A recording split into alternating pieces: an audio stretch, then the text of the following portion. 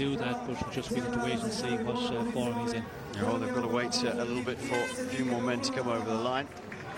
Stronger guys finishing now. Remember, 5 have to finish. Well, what a ride by ISD. Look at that. That is another turn up for the books. 27 seconds down on the fastest time of the day. It just goes to show some of these guys have got nothing to lose. They throw everything into it because they've got their wild card entry, and that's exactly what they want to do. They really want to show. I love these helmets. They're making them those sort of mischievous little elves with those curving rear-facing helmets going on. A terrific time by ISD. Well, another surprise. Almost speechless, Sean.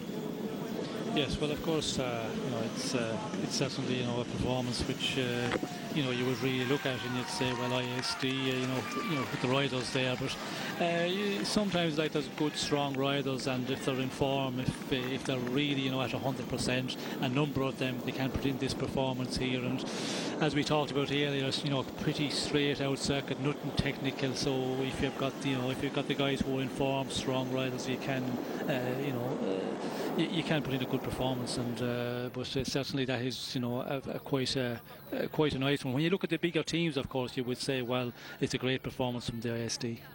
Well, look at the guys who are in ISD.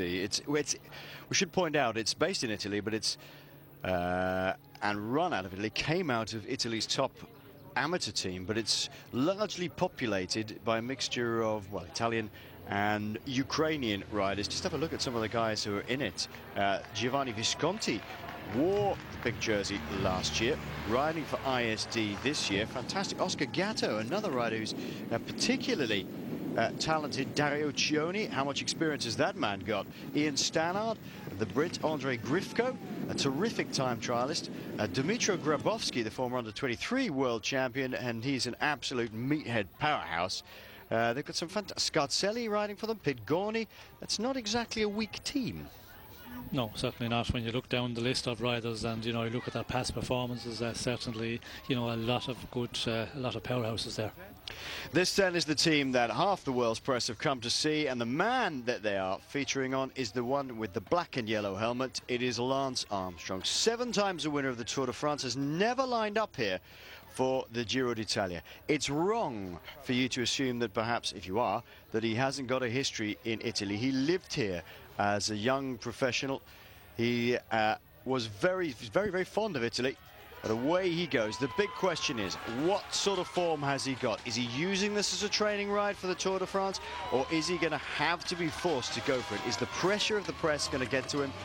Is he going to be forced to show his hand and show that he can still win stages on a big tour? That's the $1 million question. Training ride or out to do something?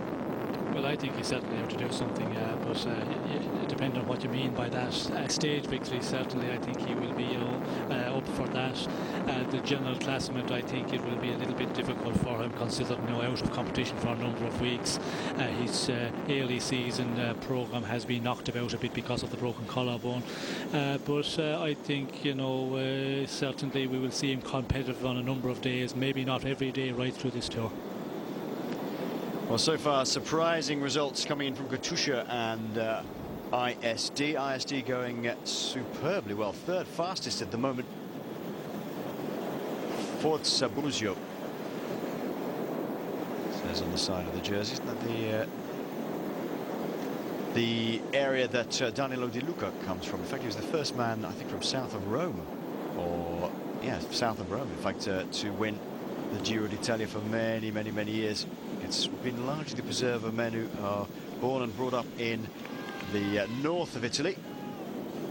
And there he is, wearing 121 at the back. He's quite lean, I've got to say, Danilo Di Luca. On his day, he can do really well. He surprised me when he won the Giro d'Italia and how well he can climb. He can climb particularly well, but it was the big climbs we had to go on and on and on. Very surprising that he was as good as he was. But there we are, he took the pink jersey. He has gone on to the roll call of names winning the Giro d'Italia. Milram, well into the last kilometre. ISD 3rd fastest at the moment. They're going to fall outside of that. Definitely a stage win hunting outfit at the moment. Robert Foster probably their most likely target, but there are some riders who could get away in breaks. Both the Fothern brothers are here, Marcus and Thomas. Also Thomas Roriger, I think he rode for Elk House, didn't he, a couple of years ago. He could do something. Matthias Russ, he's again that sort of rider who could turn in something on his day in a break especially. Milram then coming home to fall outside of the top 7 or 8, I think. Just about push inside, are they? Just inside this, the 7th place. 22.39 for Milram. Good all-round roadmen in the Milram squad. A lot of them quite young as well. The Fotten. Roriger's very young. Russ is not that old. They've got some good young roadmen. Yes, well, certainly they've got. It's a good team there, and again, you know, stage victories. I think they're definitely going to try to go for that. The problem is in this race, you know, a lot of the stages are very, very difficult. But if you have, you know, if you've got the riders like in the Milram team, I think they can get into the breaks, and they should be, you know, strong enough to stay out there in the end. And I think that's, you know, that'll be the objective, certainly in this race, because the general classement, you know, the places they can go for in that are much too far to get any exposure. Race radio saying that LPR have got the fastest time at the first intermediate checkpoint, which came at 6.5 kilometers. This is Estepania tilting at times at the second intermediate checkpoint after 12.7 kilometers, falling well outside of things. What about this team then? I mean, we're spending a lot of time talking about teams. It's a good time to do it though, Sean. Estepania, who do you think has any chance of pulling anything off here? Again, I think it's a team where they're going to look at the stage victors. In the general, they don't have anybody who can, you know, ride for a place, which really gives them exposure, which, you know, gets a publicity for the team. So again, a stage victory would be, you know, a great achievement for them, and they're definitely going to, you know, focus on that quite big. Do you think a high placing is outside of the capability of somebody like David Arroyo? He was sent here last year, wasn't he, as the team leader, and he fell sick, so he wasn't particularly successful, but they've given him another tilt at it. He'd been supporting other riders for such a long time, but Arroyo can climb. Yes, he certainly can climb, but I would be concerned again, consistency and every day, you know, to be there in the action and not lose any time. I think that will be his problem, to keep focus for the 3 weeks. And this race, you know, we had some of the interviews. It's going to be a race where you have to be really focused almost every day because of the, you know, the difficulty of a big number of the stages, and that's where I think maybe Arroyo, you know, could have the problems. And I would be, you know, very surprised if he get into a top 5 or 6 in the general classement. 2 individual time trials in this Giro d'Italia as well. One coming on stage 12, which is a pretty long one, 60 kilometers, and the last one around the centre of Rome. Is that liable to just be a little bit of a procession, or are we going to end up with something like you get in the Volta a España, where there's a handful of seconds separating people, and they're all going to fight around the Colosseum? No, I think when we get to this final time trial in Rome, there will be big time gaps between the top men in the general. The first 5 or 6 riders, I cannot see it, you know, being that close. Certainly in the top 3, I think there will be big time differences. And you know, when you again look at the difficulty of this tour, I think that will be certainly the case. This is Lampre, or that was Lampre. There is Lampre again, and losing at least one rider off the back at the moment. Marja Bruggen, 3rd last year. Do you know, it might suit him this year. The mountains are, there's some very nasty ones, but none of the absolute monsters that we've had in recent years. And on that sort of terrain, especially with a long time trial as well, could do just as well as last year. But I think certainly he's got the form, obviously. Yes, certainly he's improving every year, and the confidence will be there. And the question is, you know, if he can get to the level he was, the level of fitness of last year, and I think it's certainly, you know, a repeat of that is very possible. There's a top time at the bottom. Team Columbia High Road, 21.50, the second fastest time by what must be a slightly disappointed Garmin Slipstream, although they're pretty philosophical. JV will be shaking his head and going, well, there'll be another day. can't win everything. They have shown themselves to be top time trialists, but when you see how many good time trialists were in the squad, you think they must be slightly disappointed. David Miller, Danny Pate can turn a pedal or two. Van der Velde's not bad against the clock. Wiggins, of course, and Zabriskie, so at least 3 specialists in there. This is not a bad time by Lampreed, and Kunigo will be pleased with this, I think.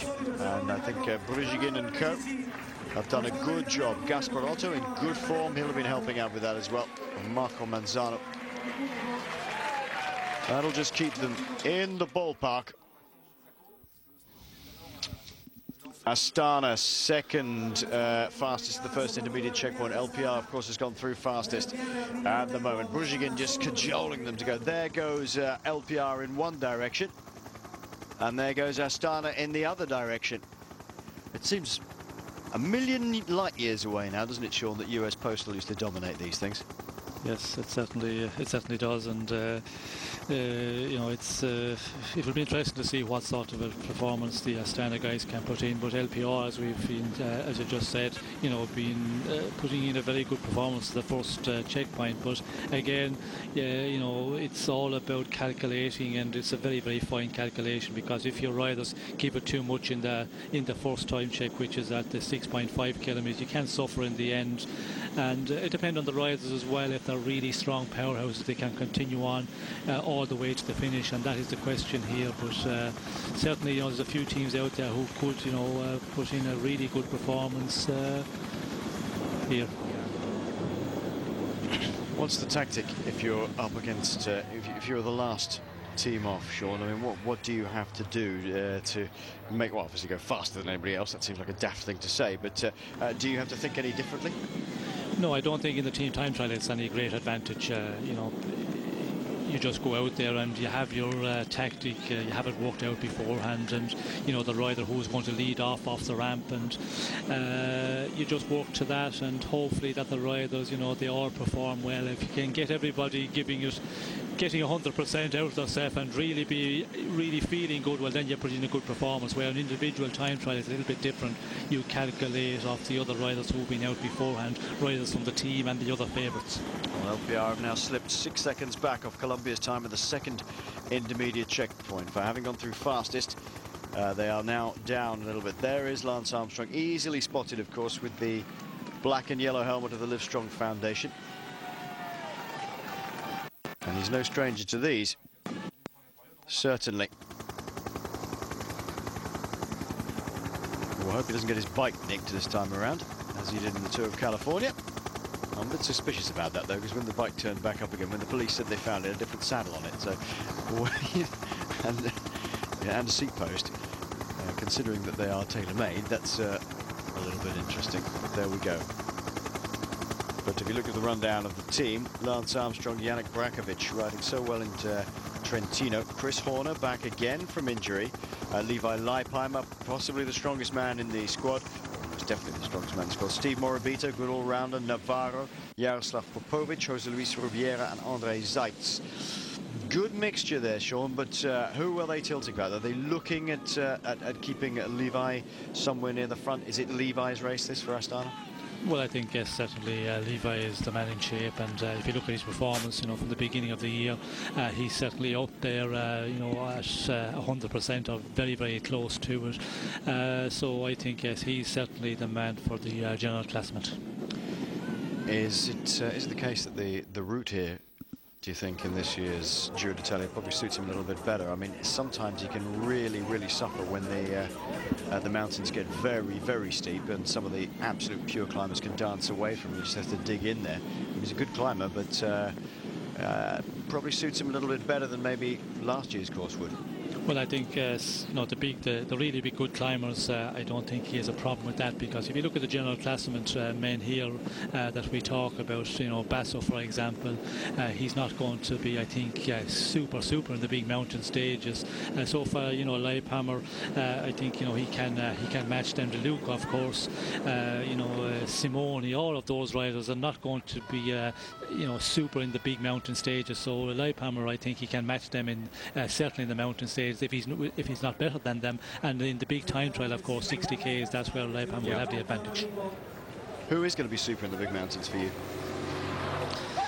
A very difficult question, because Which is why, first of all, Basso, it's it's going to be interesting to see how he will perform in the first number of days. Yes, we'll see him up there in the mountain stages, but as the race go on into the third week on those really difficult days, that's where I would be concerned a little bit for him. Sastra, is he in good enough shape? I do not think he is at 100% and will not be in 100% in this race. De Luca, of course, in the big climbs, unless he really gets at 100%.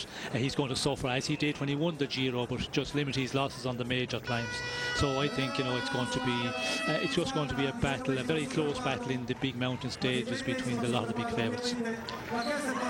Not a spectacular time from Case de Pagna, 22:48, 58 seconds down on the best time of the day, 21:50 set by Team Colombia, who went out to try and beat Garmin Slipstream. Mark Cavendish had already been sounding off a little bit, maybe with some reason, who knows, against Garmin Slipstream, saying it was a bit disrespectful, the fact that Garmin Slipstream were perhaps just aiming at one day. So I was chatting to a group of journalists gathered for the team presentations here in Venice.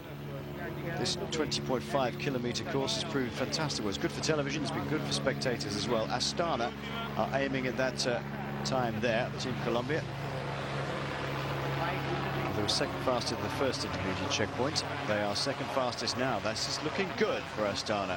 13:35, just 6 seconds down. Now, what they used to do when they were US Postal, of course, obviously with a different roster, but much of the same structure. They used to start out steady and then really speed up in the last third. So is that something that we see Astana doing? I don't think the tactics change particularly, especially with Lance on board. They're just going to keep it similar, Sean. We like to see them speed up in the last third here? Well, I think, yes, that would be it would be important that they really can keep keep it going at the same rate, or if possible take it up a little bit in the end. But it's easy to make that calculation and work that tactic out, but the Royals have to be able to do it. And will the Royals be able to keep it going? It's when you look down at the list, they could have problems with some of the riders in the end. But if they're really prepared and they've put the riders in here who are in good shape and close to being at their best, well, then we could see him putting in a great performance here. Let's assume for a minute, let's think out of the box and assume that Astana come around that last bend with seconds to play with and do take the fastest time. Which man are they going to propel to the front to get the pink jersey? Because they don't want to get any of their big names in the pink jersey on day one, surely. Well, I think if they feel that they're up on the times and they have a big chance of taking this team time trial here, I think we could see Lance maybe coming over. I would not be surprised if he'd try and lead the Astana team over the finish line. Well, that would certainly take pressure off maybe Leipheimer and other people, and it would certainly get major headlines for Astana, and they could do with some good publicity at the moment. This is LPR breaks. They've had a good run so far, slipping backwards a little bit, and some of the riders, I think, beginning to struggle now. At the back, just having to dig in, is Pedro Horrillo. I think he's certainly having more of a rough time than some of the other guys. They're doing fairly well at the moment. They're still pretty much all together. Astana, not been good news for them in the last week or so. They're trying to play it down, characteristically playing it cool, Johan Brunel, but he must be worried because the Kazakh government not paid the salaries of some of the riders like Astana have not been paid for quite a while, some of them. Yes, it's certainly not a good situation to be in, starting a big 3-week tour and some of the riders, not being paid for a little while, or late payments. It certainly, doesn't help for the morale of the team, and it's certainly something as a director, as a general manager of a team, you do not want to be in that situation. I'd stick my neck on the block, actually, and say that I wouldn't be surprised if by the time we got to the Tour de France, it wasn't named Astana anymore. There may well be somebody within the team who might want to take it over. There's lots of little hints going around. I saw reading some blogs from team management, Brunel's blog, or an interview with Brunel yesterday on the Astana website as LPR breaks coming in to record their time. And it just seems to me as though there are little hints going towards the fact that they're making a contingency plan just in case that happens. Right, 200 meters to go for Danilo De Luca's team. ISD are not that far off, are they? Good ride by LPR Brakes. Third fastest, 22.12. Well, they picked up the pace again a little bit towards the end. They were beginning to slip, and they picked it up just a little bit towards the end, and pretty much all coming home together. That's not bad. And De Luca will be pleased with that, but it's early days to be showing. So only one team to finish now. It's Lance Armstrong's Astana team. He's beginning to look a little bit more like his old self, Sean. He's certainly slimmed down a weeny bit, because he had, I think he was struggling. I mean, California, he was struggling, and that, I'm not really surprised. It's early season. Brian Smith and I were doing the commentary on that, but I don't know if you saw much of it. But he did look as though he was struggling a little bit, but he knows how to suffer. Well, certainly, and as a big champion, that's something you have to know how to do, to suffer the days when you're not on your best. And Armstrong, of course, will have vast experience in that, and he's certainly going to be in that situation a number of times in this race, because to get back into big shape, to get into your top fitness, you have to suffer to get to that level. Well, the question is now, will we be seeing somebody from this squad, Astana, or will we be seeing Mark Cavendish in the pink jersey at the end of today? Head on the chopping block? Who will it be? Cav or somebody from Astana? I think it will be Team Columbia and Cavendish. I tend to agree with you, to be honest. And Mark Cavendish will love that, I'm absolutely sure, as will the Columbia High Road squad. I hope you're following our Inside the Teams with Columbia as Lance gets on the front, does his turn, swings off. The whole thing about team time trialing is just ease off very slightly. A lot of riders who first encounter this sort of riding, not team time trialing, but doing bit and bit, they just seem, when they first come across it, they seem to think they have to accelerate to get to the front, rather as somebody swings off, which just makes it worse and worse and worse for everybody following. And then they get on the front and drive it like crazy. But just swing off, just slightly ease a bit and let the other guys come through and take your turn at the back again just to recover. 19:39 is the time so far. I haven't seen much of I thought we'd get lots of lovely pretties of Venice, but we're not seeing much of that at all. The action has been here on the road, on this sea wall, basically. It's a big spit that goes out into the lagoon and separates the Adriatic from the safe haven of Venice. Massive maritime power, of course, for so many centuries. They're still all together. And not very far to go now for Astana. They won this. This is surprising, isn't it? We're seeing ferries and liners rather than seeing the beauty of Venice. How peculiar, but there we go. They won this last year because Alberto Contador came into the race with just a few days' notice. Now, there's a lot of people humming and hawing saying, well, they can't possibly come and win something and not know it in advance and not be training. But to be fair, a Grand Tour champion like Alberto Contador, remember, is the only man in the peloton to have won all 3 Grand Tours. Never gets completely out of shape, and he did have a tough first week, and all credit to Sean Yates, director sportif, for getting him through that tough first week before Alan Galopin and Johan Brunel stepped in and took over the last part, bringing a champion to the finish, which is what, of course, they've done so many times with Lance Armstrong here. The time they're aiming at is 21:50. They're not going to get inside it, Sean, I don't think. No, it doesn't look it's possible at the moment. They're inside coming to the 600 meters, 500 meters to go. No, it's not going to be possible. Leipheimer is the man on the front. Swings into the last bend with Yannick Brakovic just behind him. They're going to turn in a good time, and it's not going to be the winning time. The winning time is going to go to Team Columbia, and the pink jersey is going to look good on the shoulders of Mark Cavendish, I think, with Jaroslav Popovic now sitting there.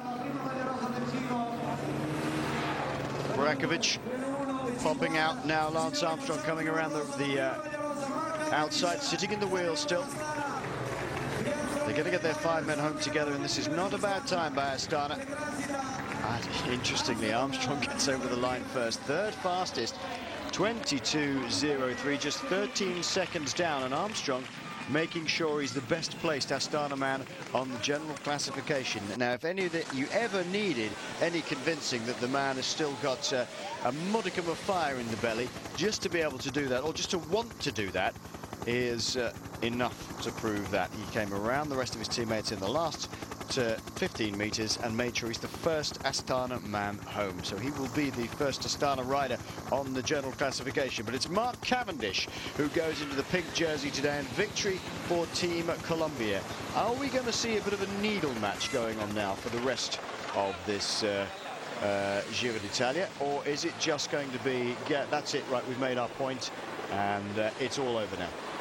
Yes, I think it's going to be you know, made the point, it's all over. And of course Cavendish is the winner of today, and he's going to, you know, just go out there and enjoy being in the jersey, hold on to it as long as possible. Although unfortunately, with the situation of the race being difficult on the fourth day and the fifth day, it's going to be a bit major task to hold on to it any longer. But certainly, you know, he's in the race leader's jersey, the pink jersey, and stage victories, you know, he's going to have that to ride for as well for Team Colombia. You know, they're going to be just controlling the race, hold on to the jersey as long as possible, and try and get some stage victories in this first number of days. Well, some interesting results.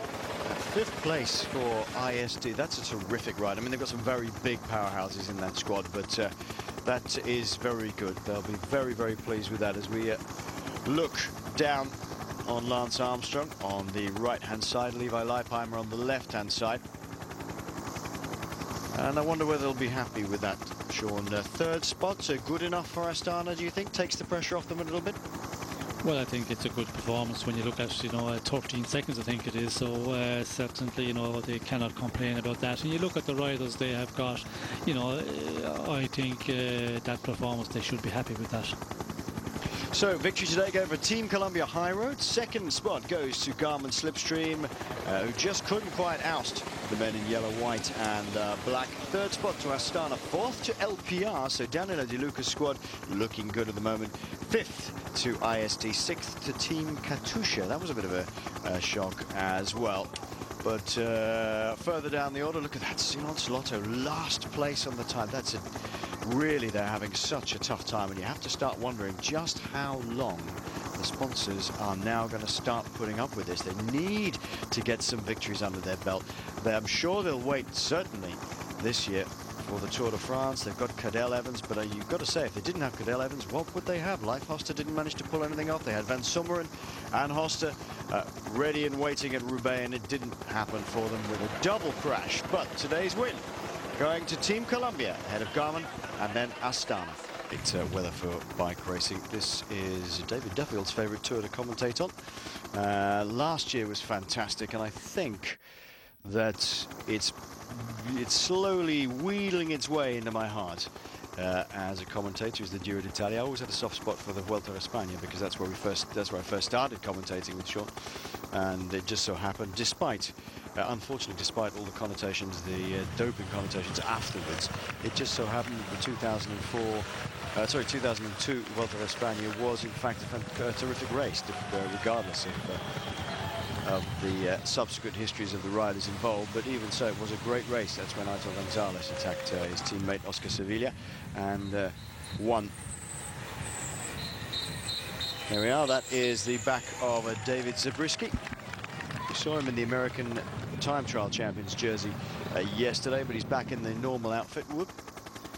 Still trying to get through that narrowing of the ways. Well, that's going to cause a few problems on the last time around, Sean, because it goes quite narrow. I mean, it's the first time they've been to it. Next time around, they'll be a little bit more aware of it, but that'll string them out if they're going hard at the front. It certainly will. We can see that there's a few points where it tightens up quite a bit, and they're really going for it. Especially in the final lap, it could be a little bit dangerous, but at least they'll have seen it on previous laps.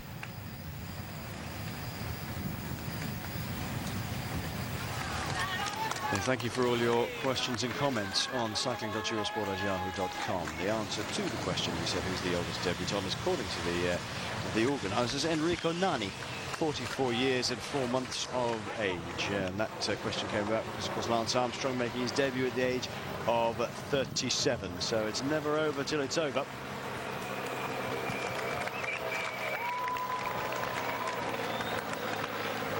Some riders, of course, go on and on and on, have an extraordinary long career.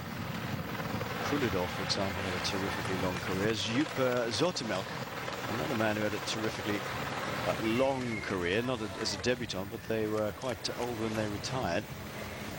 One of my favourite riders, actually, Ludo Dirksen's, actually made his debut in his late 30s, I seem to remember, to professional racing. He'd been a very good amateur. Before that, he'd been when he was an amateur, he was a panel sprayer for trucks, and then turned professional very late in his 30s and had a pretty good career. And he was a big favourite of Belgium, still is actually. Worked alongside him a couple of times in the commentary box. Still as bullet-headed as ever, but terrifically popular amongst the Belgians and a nice man to boot. 48 seconds now is the gap between the Scarzellis. We look down on the piazza here. This is gorgeous, isn't it? A real sort of meeting of cultures here. 48 seconds only for Scarzelli. He knows his day is done, and I don't think he'll be able to sort of tack on particularly either once they start really going for it. That's the big problem, isn't it, Sean? And once you've been out all day, it's just hanging on to the rest of them. Yes, it's certainly a problem, and he's really suffering, and we see him there, stretching for quite a while, and it is going to be difficult to cling on to the bunch here, and it's still quite a bit to the finish, but and also the days to come. That is the problem, because as we see the Buckler here going for the going for the mountains, isn't it? Going for the mountains, yes, and going in the attack. And unfortunately for Scarzelli, he didn't, just hold on out there to the mountain classement. So yeah, he's certainly suffered when you see him not being able to do that. I think Vogler just gets that one over. I think it was Andre Grifko with him. Oof. Blimey, almost into the back of the motorcycle. And yeah, he could have got that one, but ISD were determined to try and get a jersey, or determined to try and get a jersey out of this. And when they saw Scarzelli coming back, they sent another man up the road to see if they can get that. But Vogler had different ideas. Vogler is the sort of rider who could possibly... Oops, some problems here. This is Arnold Jensen. Oh, it looks like they've come to they've just touched each other as time's gone up. Yevgeny Sokolov is the other rider, and that's a difficult little bit there, because there's 2 or 3 bits on this loop where it narrows right down, and if you're caught out, and I think they just sort of brushed wheels, or just brushed themselves along the side of the barriers there, and Sokolov and Jensen just having to get back on their bikes and re-put their chains back on. Probably on the far right-hand side of your shot, I would imagine. Or left-hand side. There we go, look. And just caught out. I wonder whether he just dropped a chain, actually. But certainly Sokolov was there as well. But there are a couple of interesting ones. Now, this is interesting. They're just going to keep going for it, Grifko and Tommy Vogler. Good move. Well, I think, yes, for the mountain classment, a good move, but other than that, I don't think there's a lot to be gained here, because the bunch is going to start just controlling and lead and hang out there for a while.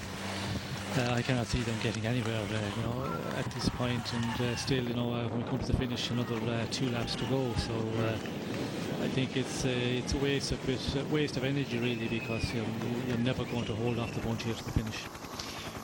Another attack in Vogler style, though. He doesn't like to hang around. He does have a go, even if sometimes it's the most bizarre places. Yes, again, he's a rider who we see at times his tactic and his calculations. Sometimes, we have to ask what's he exactly doing, and making an effort here. I think there's a lot of race to be done in this 3-week race, and there'll be a lot of opportunities where you can get up the road in a better situation. If you out here, they're out there now and giving it 100% with the two of them, as we see other riders having problems here. I don't think there's anything to be gained. What was to be gained, he got it there on the mountain classement, and he should have just took it easy. Is that rider being taken? Oh. That is, yes. Oh, that does not look good at all. I'm just trying to see who it is. Is it Milram? Or is it Bouygues? No, it is Milram. Well, that is not looking good at all. I think that's Matthias Russ. Yeah, it is Russ. Well, we have no idea what happened then, but he's collided with somebody. Tommy Fuchler looking behind to see where the peloton is. That's they've just slowed a ride up as everybody's going to come up to them. Well, no idea exactly what happened to Russ there, Sean. Did you get any inkling about what happened? I just saw him on the pavement. Yeah, well, I see a rider there just on the road, and then he must have just made his way onto the pavement, but it doesn't look good because he's sitting on the pavement there, and the normal reaction is to the rider when you come down. If you feel okay, the normal you get the the road rash, road burden, but apart from that, you try and get back on your bike, because at this point you have to make it back into the bunch quickly. So when you see somebody moving into the side on the pavement and sitting down, it looks like a collarbone or something in that way, something broken.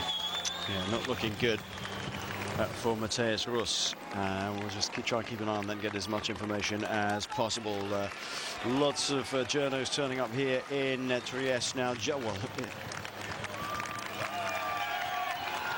For the finish here.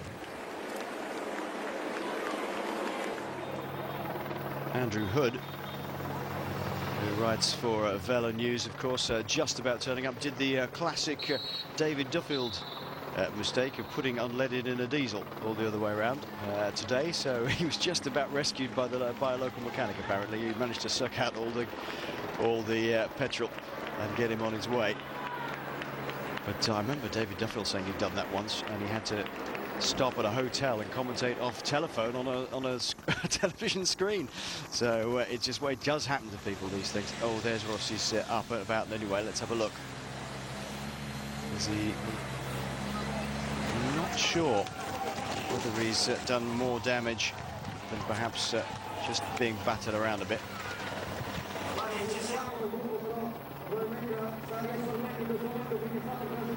So Grifko and Vogler on the left-hand side of the road, just being absorbed once again by the peloton as they come through the finish line once more. Today, Sean, then we see just Damiano Cunego going through the shot, Gasparotto going through the shot. Picks for today, who do you see for the win? I think Cavendish or Pataki. I would reckon between those two, and it's hard to see who can beat Cavendish. But again, we see the running there, and it is quite technical, and not only in that last kilometre, but before that as well. A lot of tight areas, and if you get it wrong a bit, you could get a flush of riders, a wave of riders come on left and right, and you could find yourself, losing a lot of positions from, being in 10th or 15th. You could be back in 30th, 40th position very quickly, and everybody's open to that, even the best sprinters. That can happen. Indeed. Russ is being taken away in car, I think. Race radio tells us, so that's the end of Russ's day. That's very unfortunate for him. Well, they've got the bit between their teeth, haven't they? The Garmin boys, they want to set up Tyler Farrar. Tom Danielson is the last man in line there, just before Michael Barry, who's the first of the riders from Colombia High Road. It's not as easy as it looks, is it, this last circuit, Sean? There are quite a number of pinch points, as you were just mentioning. Not at all. It's it's quite technical, and when you see the route book, it doesn't give that great of detail, and it's certainly turning out to be quite dangerous looking when you're really going at full bore, and everybody is going to be pushing it, and you're always on the limit, taking risk, and it's we could see some more riders having problems staying upright, but certainly it is going to be a difficult difficult finish, especially in this final lap. And I was expecting to be a little bit more straighter roads, not as much tight sections, and there is quite a few of tight areas where it really tighten up. Well, also we hear Francesco Faili of the Aquasaponi squad crashed at the same time as Matthias Russ. Whether they were involved together in a bit of a pile-up, Faili is back on his bike, I think. But Russ, it's not looking good for the Milram rider. Well, you can see Mark Cavendish moving up through the middle of the peloton now in the pink jersey. He's got one of the quick steps on his right-hand side and a Lampe rider on his left-hand side, and just getting himself closer up towards the front. Still a difficult place to be in. Look, just slips through that gap. He's so good at this, Sean, isn't he? For a young man, he's got very good bike handling skills. Yes, magnificent bike handling skills, and we can see it there. He was between the Lamprey and the quick step rider and starting to tighten up, and he was the one who moves forward, and the other ones, you know, lose a place as such, and that's what you've got to be able to do. You know, the position he's in at the moment, he's in there in the middle of that group. He's being carried along, although you know there's no wind today. We talked about that. It's very calm conditions, but when you're going at 50 kilometers per hour, you know, the moment you put your nose into the wind, well, it's, you know, going to take a little bit of energy, and he's, you know, sitting in a perfect position there. He's just been, you know, carried along in the middle of that group, and also in a perfect position quite close to the front. There he is, right in the middle of your shot now, in the pink jersey and shorts. The Maya Rosa wanting to really make sure he's completely out of trouble here, and so he should do. On the right-hand side, that's Gilberto Simoni and his cohorts alongside. Most of the big teams now bringing their men towards the front. The sort of speckled shirts, by the way, are Arebo Galicia.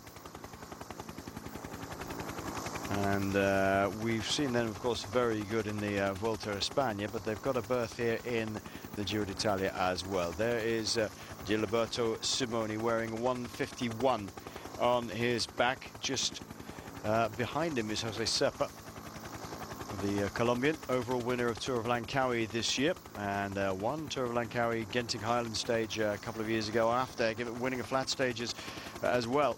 Or was the other way around, one of the two. He had won a flat and the tallest mountain stage in Langkawi at the same time, and he's been pretty active in the Ardennes Classics this year as well. Still, ISD have got Andre Grifko up towards the front. He's obviously feeling in reasonable shape. The man doing the most of the work on the front is Miller at the moment. For the Garmin Slipstream team, moving up around the outside is Cardenas, trying to keep himself out of trouble from Bala World. He's been so often a feature in these races and can climb extremely well on his day, but Cardenas is certainly not in his best shape over the last couple of years.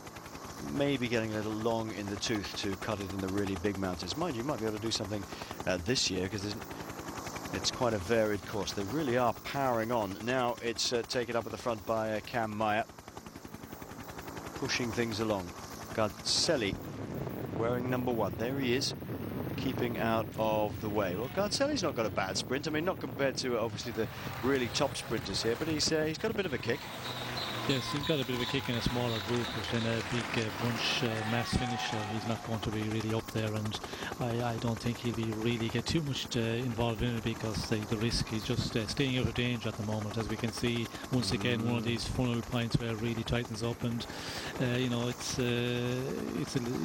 certainly a danger point there, and in the final lap, when they're really going at giving it 100%, we could see some little problems arising there. I think they're so aware of that now, having gone through it the first time and seen how much it really does funnel down. All the big favourites trying to keep well up to the front, Sean, and keep well out of the way as you get into this much narrower section. Yes, well, you have to, as a favourite for the general classement, and if you're going for the stage victory here, well, then you have to really stay up front. But as I've talked about Garzelli, he's really not going to do anything today, but he just wants to stay up front there, because if you find yourself a bit too far off and there's a crash outside that 3 kilometres before the finish, you could lose 20-30 seconds very quickly, and that's what everybody is worried about. Anybody with general classman ideas here, they're going to be thinking about that. And the advantage is here they've seen this lap here, so that will make it a little bit more safer. They know the danger points, but still, when you're really giving it 100%, riders will always take that little bit more risk. And some trying to nip off the front now to get a little bit more up the road. 183 and Nikita Eskov launching the charge. I think that's Christian van der Velde, isn't it? For Garmin Slipstream behind. Jelle van den Dert was at the front. It's Zabriskie, you can see in your shot there. And they are pretty well strung out now on this, after this shorter section. And as we were saying, Sean, I mean, it does just climb and climb and climb. If they really put the hammer down, especially on the last lap, there's going to be a few people hanging on to the back. Yes, well, certainly on the climb once again, which we see them just going into it there, where the mountain classement was the last time. And of course, there's just one mountain classement on the route today, but it's certainly going to, be a critical point here. I think we could see riders starting to lose contact on the rear end of the bunch, and you just got to stay as close to the front, stay up there on that top 20-25 riders going into that final lap, and certainly up the climb you have to be up there to the fore, because I think there will certainly riders lose contact. Jelle van den Dert is the man doing the driving away by himself on the front from Silence Lotto, and going after him I think is it's David Garcia de Peña. It looked a little bit like him, but we haven't seen a really close shot of him at the moment. And away he goes over the charging up to get mountains classification points. That's the whole point, over the top there. Now, will he ease back or will he continue on? A rider from Fuji Cervelo goes over next. Van den Dert was caught and passed. The Cervelo rider at the back here, that's Ted King on the left-hand side. Ted very kindly gave me his bike while we were in Paris-Nice, because he had a shoulder injury, so thanks to him for that. Well, these three could have a go at staying away, 3 or 4 could have a go at staying away, Sean, if they really wanted to. Yes, well, they certainly could give it a go, but you need to have you need to be very well organised out front, and everybody would want to be giving it 100%, because there's teams there now who are just going to pick the thing up, and we see here the Garmin riders were on the front, but I think the Columbia riders will start getting more involved and being more of a be a block on the front and control a bit more. Yeah, all coming back together. So a whole group of riders move away a little bit. It was David Garcia de Peña who took the 3, Carpacci taking 2, and Grifko taking 1. So Grifko is the man with the most points so far. And he'll just hang around and wait for the next one as well. And away goes somebody on the far right-hand side from Rabobank. It looks to me as though I think that might be Martin Cialinghi, isn't it? Looks like Cialinghi from his style. And trying to get away. Well, some action here. Trying to break the stranglehold of the peloton, but not happening. Obviously fancied his chances of managing to get away, but he's got Martin Müller with him, but even so, that's not going to happen for him. But a bit speculative. There is Müller from Milram on the front. They have a sprinter in the shape of Robert Foster. I think he's going to be a bit outgunned unless he's in incredibly good fettle, Sean. Yes, well, depends. If he's feeling good and on a good day, Foster can put in a good sprint, and I think he's going to give it a try. Unless if he's suffering big time, well then we might not see him as much of the four. But if he's feeling okay at the sprint, that is always the way they work is you just give it a try in the sprint, and you're hoping that things might work out quite well for you, because it's all a little bit of a look as well in the sprints which needs. You get in the right position at the right moment. You do not get boxed out at a time when it's vital. So that's all a major part of how you perform and how your results at the end of the stage will be. Yeah, still Columbia High Road and Garmin Slipstream on the front, so they've got riders up there, but there's a little bit more action than perhaps I would have expected. I think by the nature of this finishing lap, there's a number of teams taking their chances. I wouldn't be at all surprised, of course, Sean, if there's some serious attacking goes on. As they go into that funnel section and start going up the hill, we may get 2, 3, 4 riders trying to get away, maybe even more, where they may try and spring a surprise on the big sprinters teams and get over that top first. It's going to be a very difficult ask, because they've got 6 kilometers to go once they get down the other side. Whoa, my word! 3 or 4 riders almost came a right cropper there. Not quite seeing that traffic island on the left-hand side of the road quick enough, and they really almost went down there. I mean, the speed is already pretty high, but at the moment it looks a little bit nervous. There's a lot of flowing around, and I think there will be people trying to take a flyer off the front.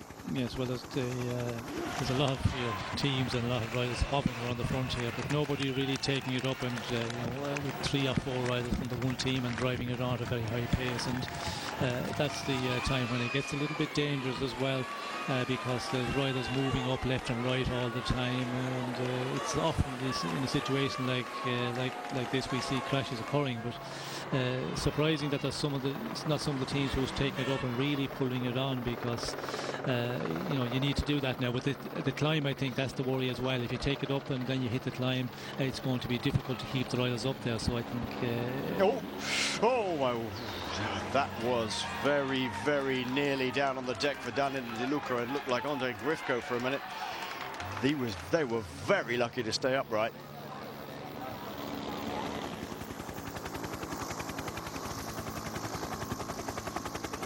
Coming to the start-finish line again, it's Jens Vogt,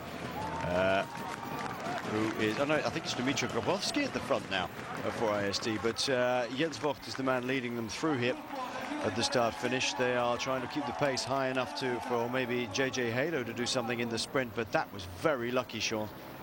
Yes. Right at the front, I thought they were all going to go down. Yes, it was a frightening moment, and I think a lot of the riders were in a panic situation, and they just came out of quite well. And it tightened up once again a little bit, the barrier. I think there was a little bit of tightening up, and they just got too close for comfort. But yes, it was certainly a moment of panic. I think something's going to happen. I really do. It's they've taken the final bell. They're on the final lap now, and I think with 11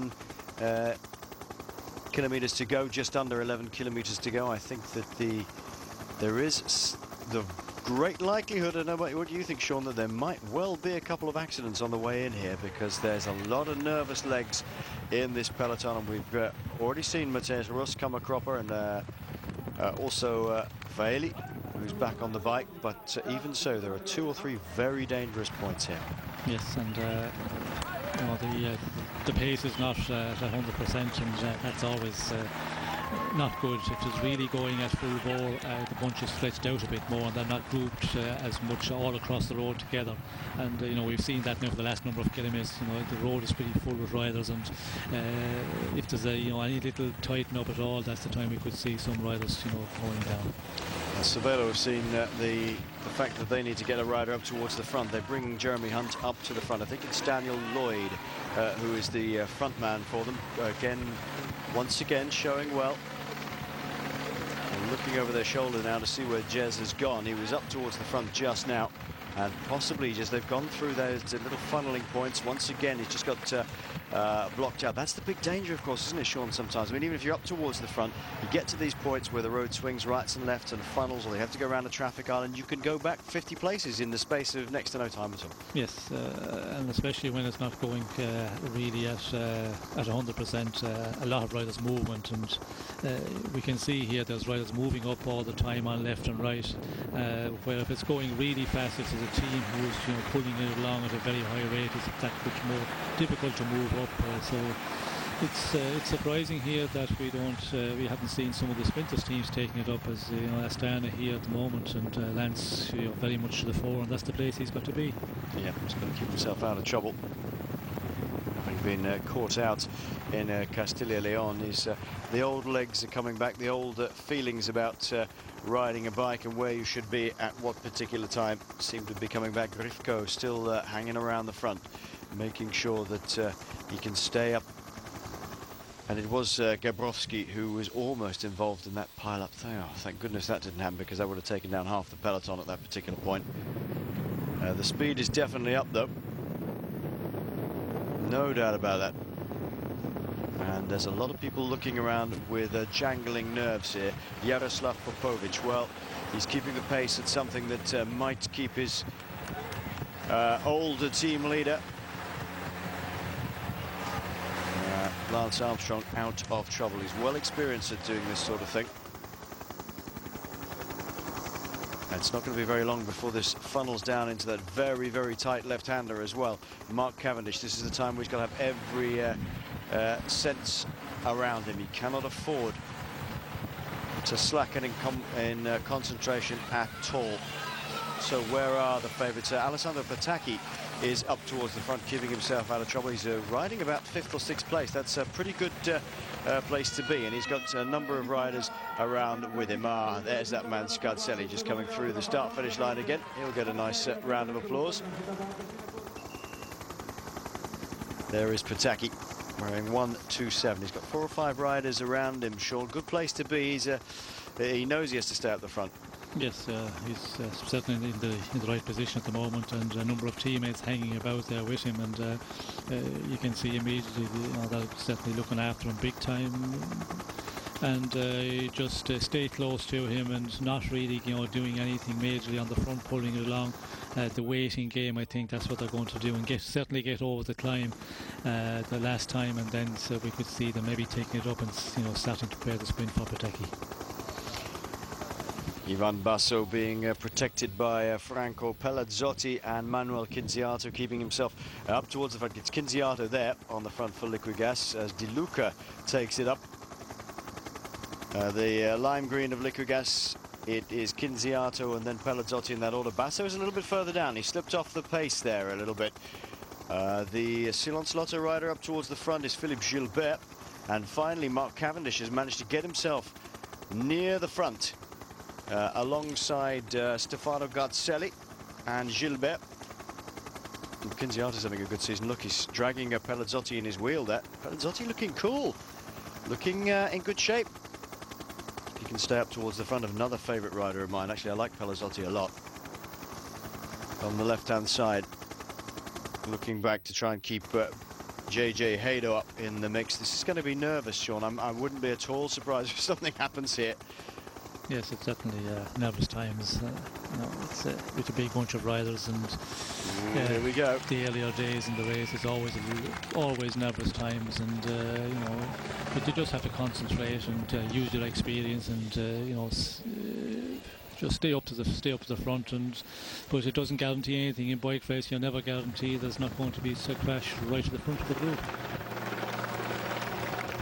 It looks like they've all got through the first final point okay. Enrico Gasparotto is the Lampre rider in the pink and the blue on the left-hand side. What a fantastic time he's had in the last few weeks. Katusha going off the front.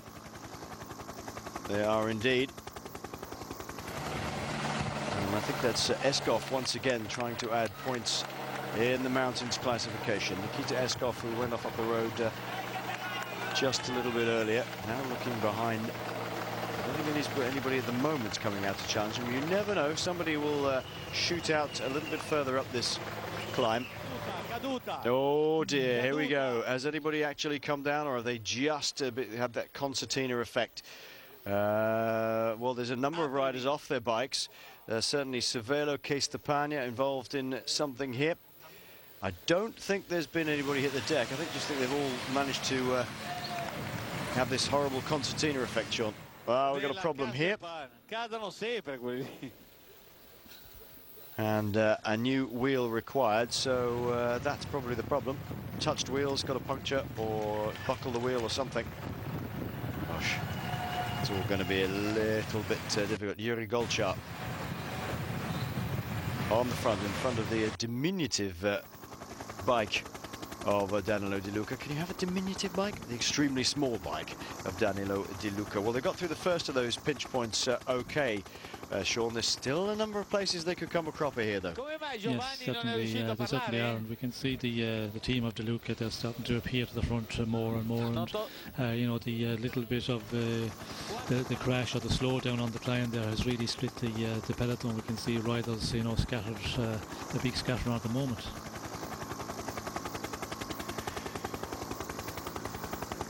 Well, here we go. This is trying to get extra points up towards the top of the climb. I should think that's Van den Dert again.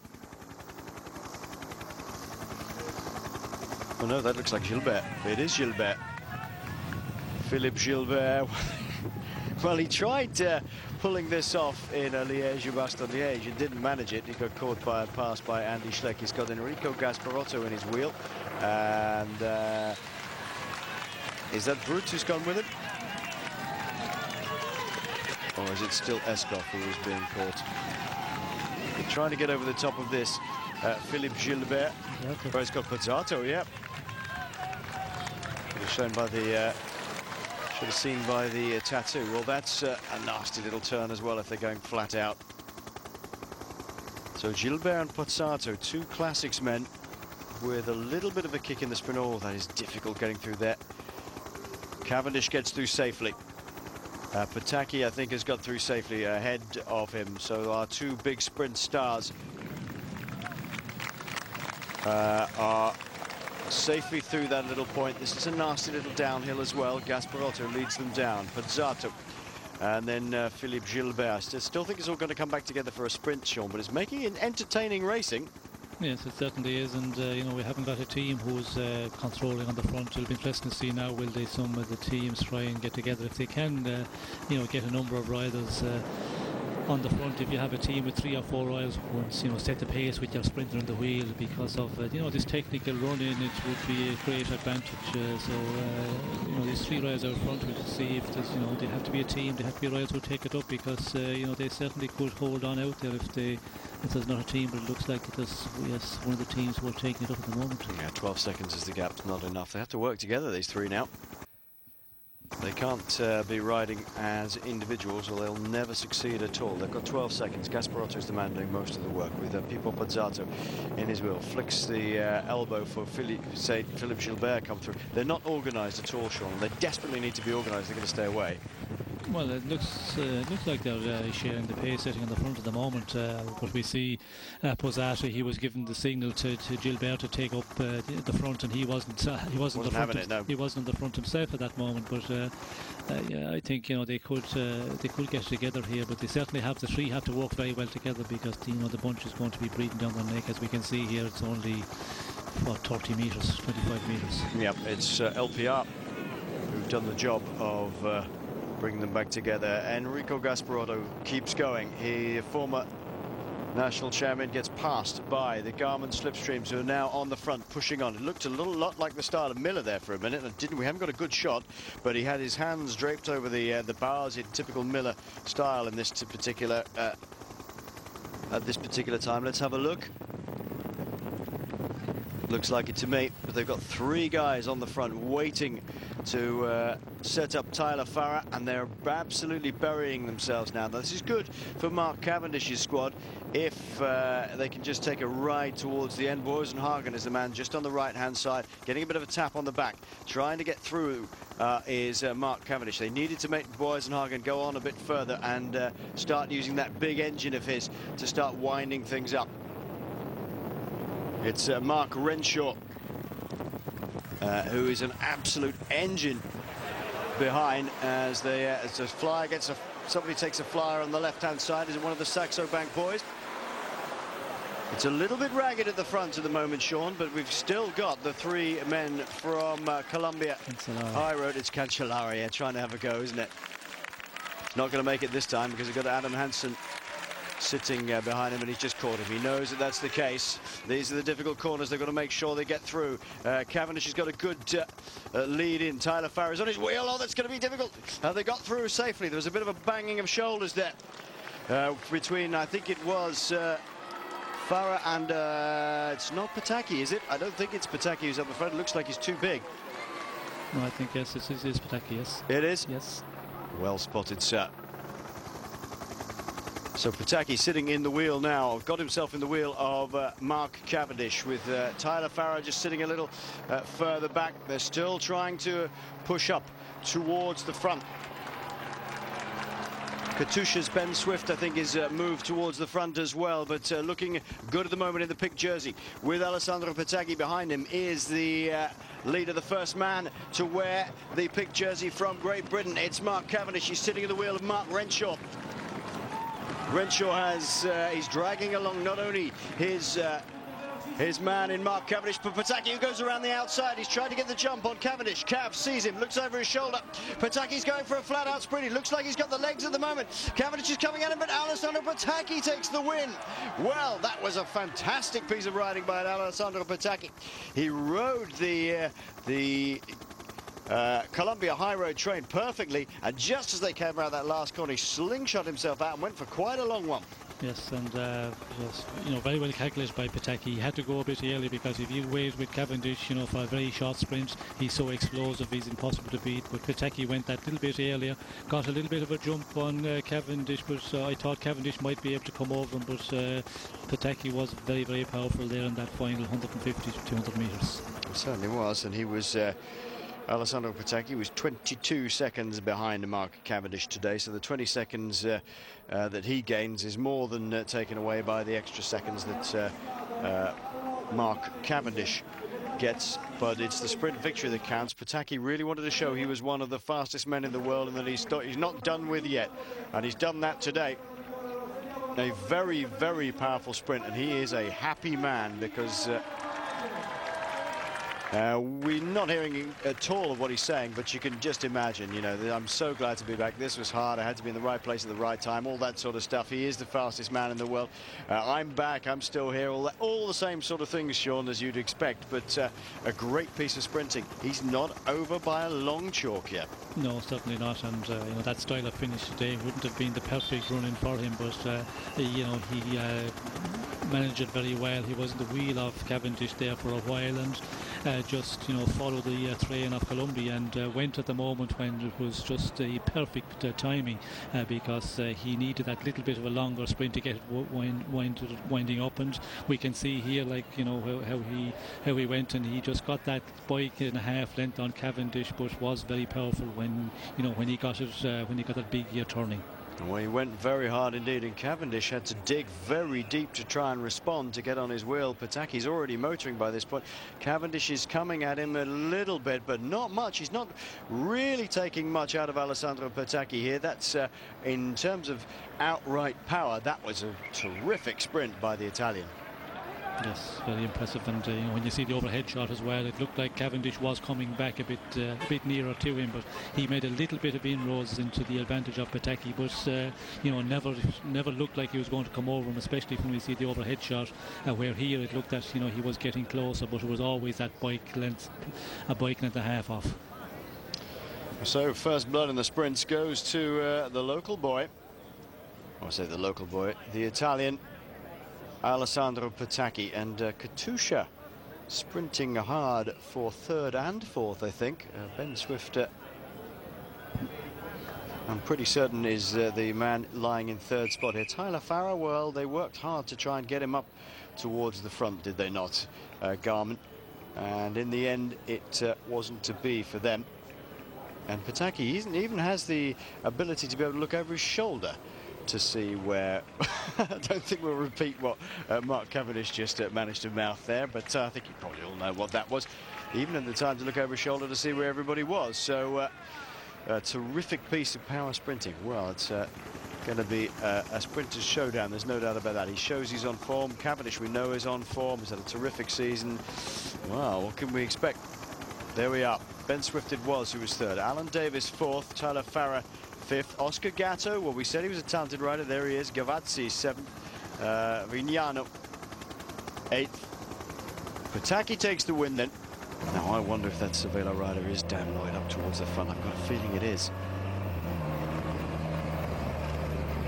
Basso, Leipheimer, Armstrong all up the front. Bruzigen on the shoulder of Armstrong. There you can see the big tall man in pink and blue with just 16 kilometers still to go. And, a few hang in on the back here, Sean.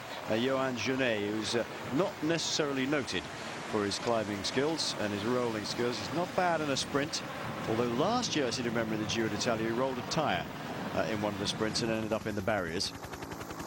But they're real strong out here. Again, this is not a circuit I would like to see in the wet with these guys. There's Pena, Garcia Pena, about two back from the pink jersey. There is the green jersey, the first time we've seen it all day of the mountains classification. He's just on the wheel now of Thomas Lukvist. It's a nice loop, actually. It's a very nice run in, very picturesque, and not too bad for the riders. Here they go again, this long right-handed 180-degree. Lots of green tarmac on this. Again, that wouldn't be too hot if it was slippery in any way, wet. And then back onto the old tarmac again.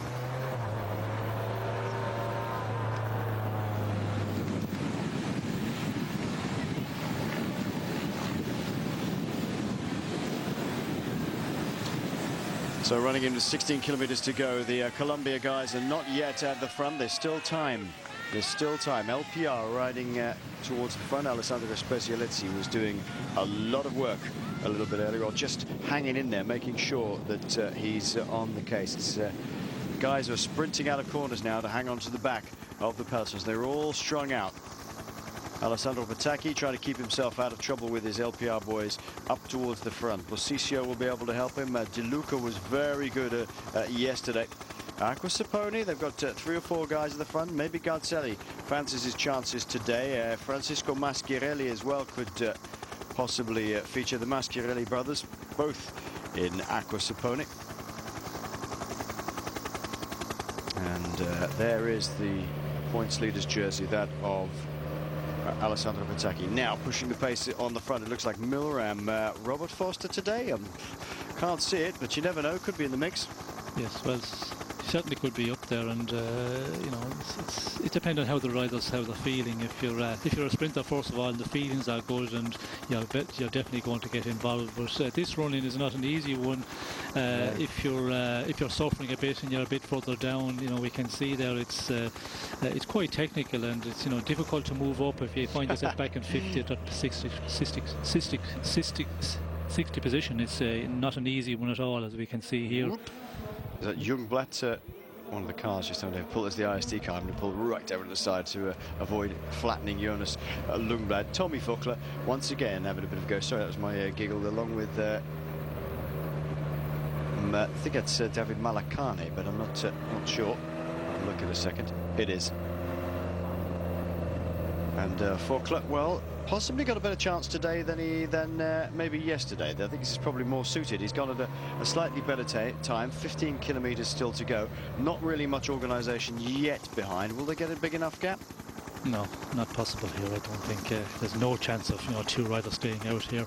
There's teams here, as we see, the liquid gas are going to control it a bit, but there's the LPR guys are hanging about, and they're definitely going to take it up. They just leave them hang out there at 10-15 seconds, but any more than that I don't think it's possible. And we always we ask the question a lot of the time. Vogler, he goes in the attack, but I think it's just you're burning unnecessary energy here. Really, you just have to wait and wait for the moment. The unmistakable style of Jens Vogt at the front here, with I think Podgorny from ISD with him, and they're pushing the pace along, but there's really hardly any gap at all to Malakani and Vogler. Not sure it is actually Podgorny, too big. Could be Grabowski again. Some class riders in the IST squad, actually, when you think about it. Visconti, Gatto, Cioni, Stannard, Grifko, Grabowski. Scarcelli we saw yesterday, Podgorny. There's some really good riders. Spezialezzi trying to tack on now, doing a little bit of police work. Vogler driving on. Well, does Tommy make his own choices on these, or does the director sportif just say, go for it, Tommy? Well, I think he's just allowed to do his own thing, and that's his style. That's the way he races. He always, race like that. And I think, in this race, he's just, going to go for stage victories, and he's just allowed to do, whatever way he feels. I think the director just leaves him do his own and make his own decisions. Luca Mazzanti's got up here for Katusha. That's quite good. If they ever got a gap, he's a pretty good sprinter. But lots of riders beginning to try and come across. And Astana, well, who have they got sent up the road? It's Leipheimer, yeah. Well, Leipheimer trying to get a few seconds, trying to spring an advantage, maybe. Who knows? This is very interesting stuff now. And we can see a lot of splits here in the group. A lot of riders just competing off the front of the bunch, and it just tells us that the road it's pretty difficult. Normally in a situation like this, majorly difficult to get out of the front of the bunch because the pace is quite high. But quite a large group we see. Oh, look at this! Everything's been stopped. The peloton being held up for some reason. Now we don't know what it is, whether it was a crash or whether something else. Yes, it is a crash in the middle of the bunches. We said the whole of the peloton are up their speed, and they've all come to a grinding halt. Now, what will these guys do? They should really think about sitting up a little bit. There's a bit of a confusion as to what's going to go on now, and everybody's been caught out here. Nobody looking like they're on the deck at the moment, but there's not much room. There's not much physical room to move around in here, and there's people rushing up with wheels, trying to get up there and make sure they have spare wheels when they need it, but still grinding on out ahead here. I think it's Grifko by the look of it. André Grifko was yesterday in the breakaway again, and Levi Leipheimer. This is interesting because one of the really big favourites now is out ahead with others who have worked so hard, like Ivan Basso's squad, have now been caught out by this accident. That's a bit of a disaster. Now, what is the form in this? They've got 10 kilometres to go. What's the form? They sit up for this? No, certainly not. I cannot see them sitting up, and it's part of the risk of the game. And we can see there's quite a group coming up here, but a lot of riders caught behind that crash, that pile up, and it's in a very difficult, difficult section, very, very narrow here, and just riders at a standstill for quite a long time. So it's certainly going to be the advantage for the breakaway, and it'll be interesting to see in the following group, which looks about maybe 40 riders, 50 riders, is there some of the big names who have missed out here. Well, there's Cavendish. Now, whereabouts is he on the road? Mark Cavendish, well, look out for him, and also the points jersey of Alessandro Petacchi. We haven't seen him either. Now, there were a lot of green jerseys in that group coming across to the group with Leipheimer in it. I would suggest that Ivan Basso is still in that group. So Basso and Leipheimer moving ahead of everybody else. That's a big gap. Look at the gap that Mark Cavendish has to make up. And that's or is that the front group? No, that ain't the front of the peloton. No, I that's think not even. there's more riders, the bigger groups ahead once again. So a lot of groups here, and certainly the crash has caused major problems here, major panic. Well, they're all looking behind, seeing what's going on. They're not quite sure what to keep doing. Faulkner is trying to keep them in line. He's having a quick word with Jens Vogt, saying, come on, let's keep going, let's keep going. So Jens Vogt gets on the front with Thomas Faulkner just behind him with 8.8 kilometers to go. Well, they're not committed yet. They're not committed as yet. Leipheimer is in this group. Are the rest of them going to come up behind? If they keep riding like that, they will. But there is Basso's unit. He's almost definitely going to be in there. No doubt about it. Now the question is, who else is in this group? There is Alessandro Patacchi. He's got a major advantage in terms of time over... Armstrong is there. Yeah, Armstrong's there. Over this man here, Mark Cavendish. Cavendish is going to have to be working back. Dennis Menchoff in this group. There he is, look, on the wheel of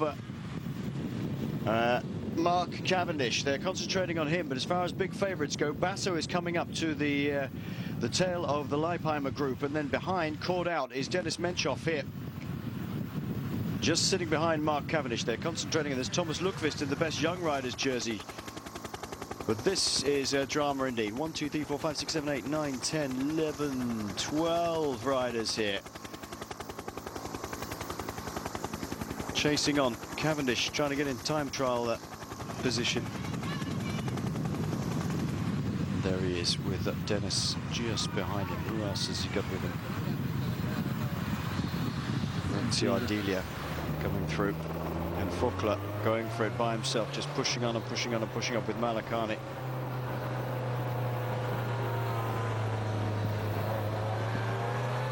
Well, it looks like panic over for Ivan Basso.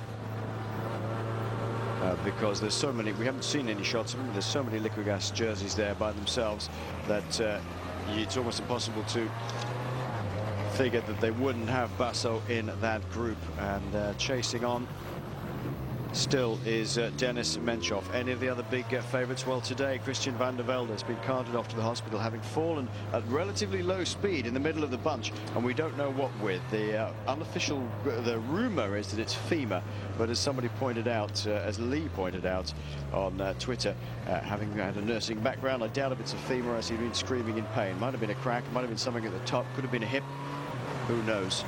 De Luca up in this group now here with Pozzato also in this group. Then there's Faulkner. Simone is in here. Patacchi is in this group as well. So Basilezzi on the front. Well, there's no full run, and chasing behind in the group is Mark Cavendish. Dennis Menchoff is in this group as well. Lundqvist there, best young rider. Well, he's working for himself and for Mark. Mainly for Mark, and there is Mark. 142 is Maurizio Ardia, who's trying to bridge that gap. It's not quite as bad as it looks now. Still a lot of hard work, but I think they might get back there, Sean.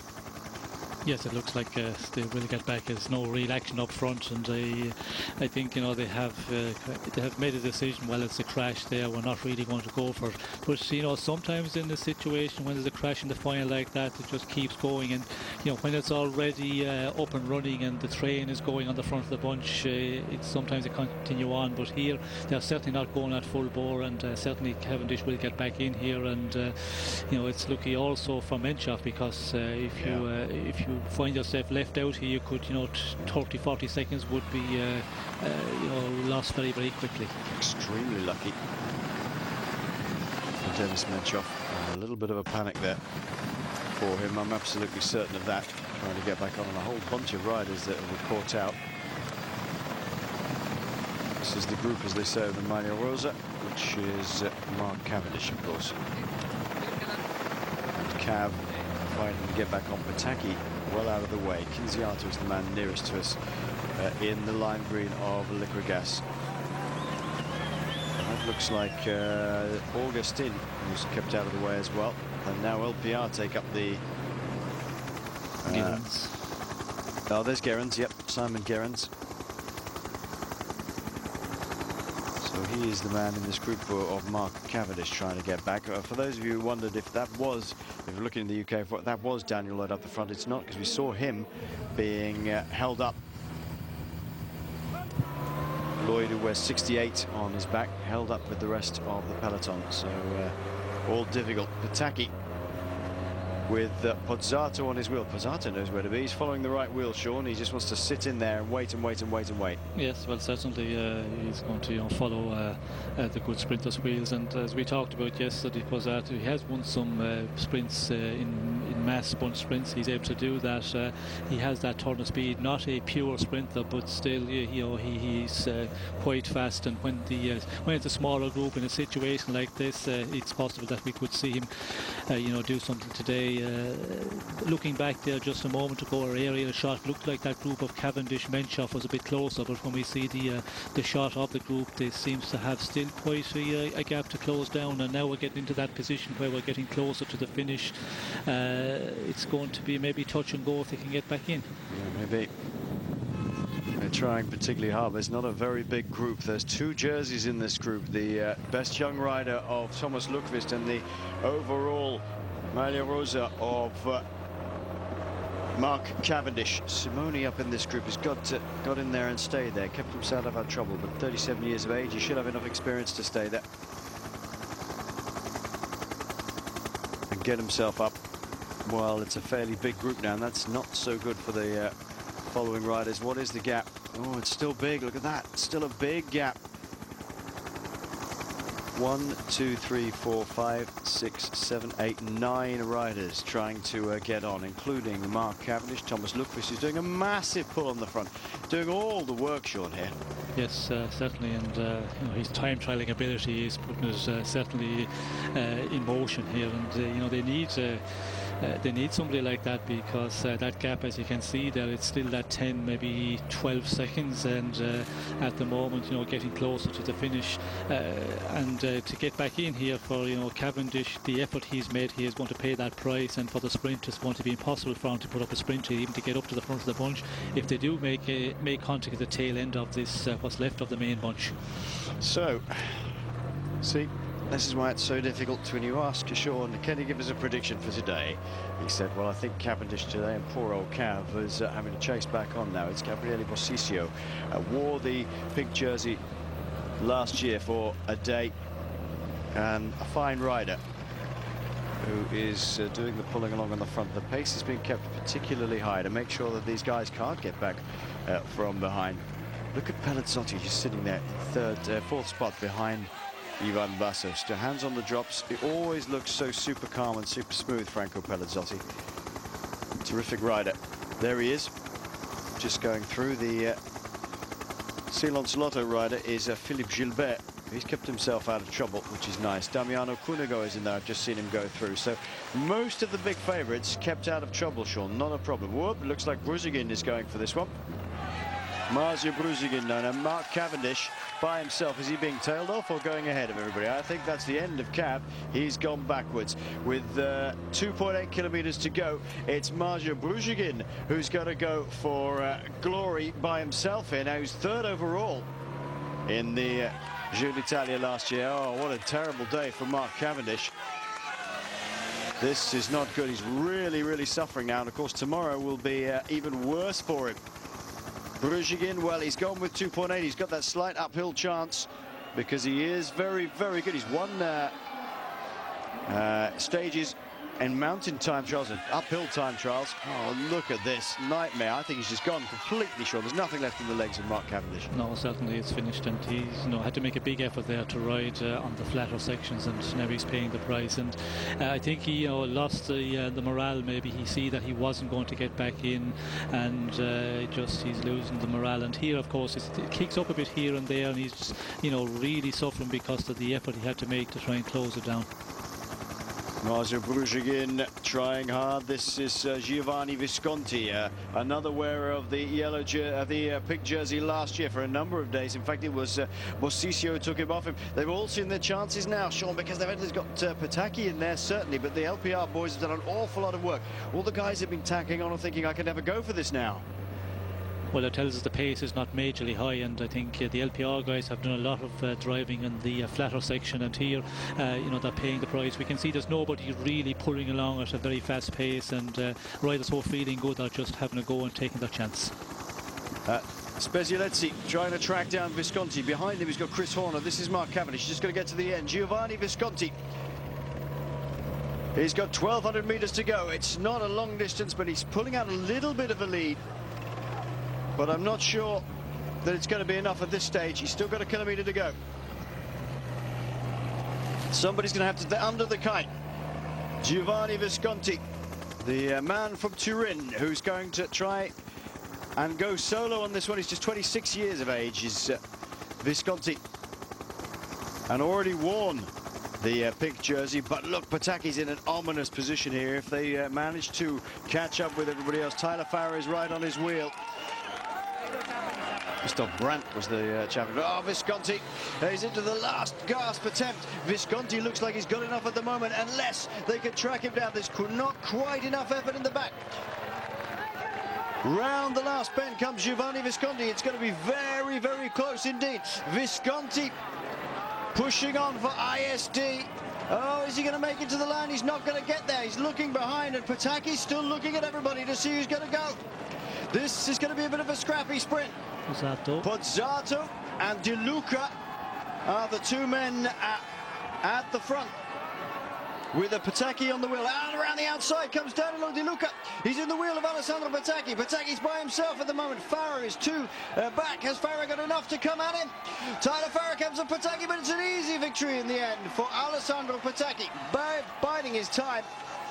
And although Tyler Farrer had to go whoops, there's not much of a space left there, and Tyler Farrer running to the back of him. I don't think he'd be that worried about it. Farrer just trying to get at him, and Alessandro Pataki running at the line, and certainly not the sort of sprint you expected at the finish there, Sean, or neither did I. But it just goes to show it isn't over till it's over in a bike race. Ooh, that's a difficult finish. They're all going to come streaming through there. The victory going once again to Alessandro Pataki, and with that he'll take the jersey as well, the leader's jersey. And it's a case of just waiting and waiting and waiting until the pink jersey of Mark Cavendish comes in all by himself, just blown out the back today. The chase on, there he is. He's been picked up by this major group. A group with, is that Basso right at the back? No, it is not. But an interesting finish, far more exciting than we expected, Sean, because it didn't come down to a repeat of yesterday. It didn't come down to a fight between the two fastest sprinters here. No, certainly not, and that's the risk always, you know, in the final. You get caught up in the crashes, get caught behind, and certainly Cavendish paid the price dearly today. And difficult running here. You could see that, you know, the final kilometres there, everybody was hurting big time, and there was no TML to keep it going on the front. The LPR team, you know, did it on the flatter sections, but when it started to kick up, they were suffering, and quite a messy sprint actually. But you know, Pataki and the guys, the good sprinters, they, you know, they can still manage there, keep their position, keep to the top 5-6 riders, and perfect position by Pataki in the end, as we can see here when Pozzato goes for Pataki immediately in the wheel, and a perfect lead out. Yep, absolutely. And De Luca, interestingly, did he get a third spot here? Because he would get a few seconds on that, and I think that's what he was probably trying to do. Alessandro Pataki going hard. No, it's Tyler Farrer coming through over the top here. And Cunego getting the third spot. So Cunego will be happy with that as well. Okay, he doesn't take the win, but he'll gain a few seconds. Whee! Nicely stopped, sir. Crikey, there's not much room there, was there? Let's have a look at the sprint again when they came around the last corner. Now Farrer tried to come at him from here, but by this time, Sean, there was no way that he was going to catch Pataki. He was already at full tilt. No, certainly not. Pataki, once again, you know, when he gets wound up, he's so difficult, you know, to come by. And one of these sprints again today, even in the wheel, you know, it turns a bit there in the last 150, 180 meters, and it's so difficult to get round a rider. If it's a dead straight one and you're in the wheel, well, then you can hold on out there. Gavazzi actually from the Lamprey. Oh, Gavazzi, sorry, yes, in the Lamprey. You can see it from the front here, can't you? Under 20 kilometres to go then. The last time gap we got on Race Radio was 3 minutes and 31 seconds between the peloton and our three remaining riders. The other three, by the way, Serafin Martinez, David Vignano and Ian Stannard are both, they're all, sorry, back in the peloton now. They've been caught and past 2:53 now, the gap. So it's coming down very quickly indeed. And it's interesting that Lamprey have moved up to the front as well, doing a little bit of work. And Kevin Hulsmans of Quickstep also just sitting in there. Well, they've got Kevin Silderez, who they think perhaps might be more. Maybe Kevin Silderez might be able to do something in this race. That's what they hope. He had a fantastic Paris-Nice, Sean, didn't he? And he is one of their big hopes. And heaven knows they need something good out the bag at the moment, Quickstep. Yes, well, I think for Silderez it's going to be a test for him here, 3-week tour, see how he can perform, because in the Paris-Nice he was, you know, very impressive, and, you know, did a great Paris-Nice, but now a 3-week race, you know, a little bit of a step up again, and I think, you know, for him it's important that he can put in a good performance here, and also a test to see can he, you know, be a big tour contender, a 3-week race contender, and certainly, you know, we will see that from here. We'll get some little bit of an indication. And also the experience to be gained as well, because riding a week-long tour like a Paris-Nice and a 3-week tour, there's certainly, you know, a bit more to it, and the experience counts a lot. Hulsmans moves to the front then. The gap ticking down on the right-hand side, as you can see, 2:30 was the last time check we had. It's going to be under that now. I'm just pushing on Hulsmans at his own pace. It seems to have gone a little bit out. The sting gone out of it a little bit at the front here, as some other teams get towards the front. So we'll just reopen the debate while we can, or the question we asked about what's the worst ever prize you got for winning a race, or even placing in a race.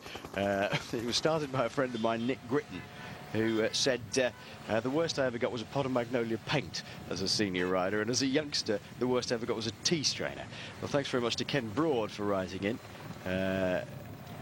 And back in the 1950s, he said, I got for 7th place in the Tour of North Warwickshire a set of aluminium shoe trees branded Vic Tree.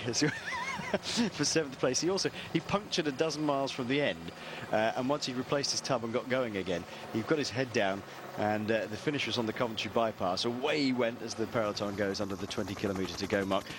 Away he went, head down, trying to get us to catch up with everything. He said, I came up the finishing straight to tumultuous applause, just as the other 6 were fighting out for the sprint finish, coming in the opposite direction. He'd gone the wrong way, and he was finishing at the same time as the others in the opposite direction, and they still gave him 7th place for that, and they gave him a set of aluminium shoe trees for his troubles, which is great. I like that. So we've got Magnolia paint, shoe trees, tea strainers. Anything else if you want to add to that? That'd be good. I like that. Thanks, Ken. Well, they haven't got much of a gap left. It's all going to come back together, and Jens are going to have to try another day, as will Bellotti and this man here, De Bonis. This is the lead trio in the race. They did originally have another 3 men with them. It was that man, Jens Vogt, that pushed it along. There was an earlier break that went at about 5 kilometres from the start, where there's a raging tailwind to start with, and it got dragged back pretty quickly. And Jens used up a lot of energy, I would think, trying to set a pace big enough to get these guys away. Ian Stannard, David Vignano and Serafin Martinez were also with him, but they are now back in this peloton, somewhere down the back, I should imagine. And this is beginning to string out now. And LPR have been putting the hammer down on the front. We've got Lamprey in hot pursuit, and Kevin Hulsman still hanging in there, still in 3rd spot for Quickstep. Lance Armstrong is the first of the riders behind the Lampreys. The whole Lamprey team looks to be just about amassed there, Sean, nearly everybody. Yes, and of course the reason being, of course, Cunego. We see him yesterday. He was very much involved in the sprint. Gavazzi also, and Cunego, this one today, I think certainly he has a great chance of getting a stage victory here, because this climb, not a majorly steep one, and as we know, Cunego on a mountaintop finish, he is a good finisher, and if you come with the likes of De Luca, Basso, for example, I think maybe Cunego might be a little bit of the faster ones. Well, between himself and De Luca, it would be a big fight, but I think Basso certainly, Cunego has, you know, a better sprint, so they are also, you know, thinking of that, and they're just, you know, hovering up to the front with as many riders as possible, and they might just, you know, take it up a bit later as well. And it's the LPRs who are really interested. Of course, Luke, I think he feels that he can maybe take over the race leadership today and keep it in the team. Andy Shaw writing in on cycling.eurosport@yahoo.com. Can you recommend a good book on the history of the Giro? As I've read the one on the Vuelta, Viva la Vuelta, and La Tour by Geoffrey Wheatcroft. There's lots of books on the Tour, of course, both wonderful books. Do you know any on the Giro? Actually, I can tell you there really isn't a good history of the Giro d'Italia. It's a great shame, well, not in English anyway. It's a great shame, especially in this centenary year. I know that the author of the Eagle of the Canavesi, Herbie Sykes, was looking to do a history of the Giro d'Italia, but really, in order to do this justice, you need some sort of publisher to a degree in advance so you can work on it properly. So if anybody really would like to see that, and they have that sort of connection to a publisher, have that sort of money to help Herbie out with an advance on doing that, he will do a fantastic job. The Eagle of the Canavesi, by the way, is the history of the early 60s back-to-back wins by Franco Balmamian, who's the last Italian to ever do a back-to-back victory here in the Giro d'Italia. Back in the early 1960s. Amazing it's never happened again, but it's called the Eagle of the Canavesi. It's available through Sport and Publicity. And it's a terrific book, brilliantly written. Herbie, a first-time author. In fact, I think he dealt in hi-fi before that, but he's a fantastic writer. Now living full-time in Italy. And he would very, very dearly love to do a history of the Giro d'Italia. So in answer to your question, Andy, there really isn't a good English book on the Giro d'Italia at the moment. Hopefully, maybe in a year, there might be. Well, the gap's still coming down. Still wheeling their way along.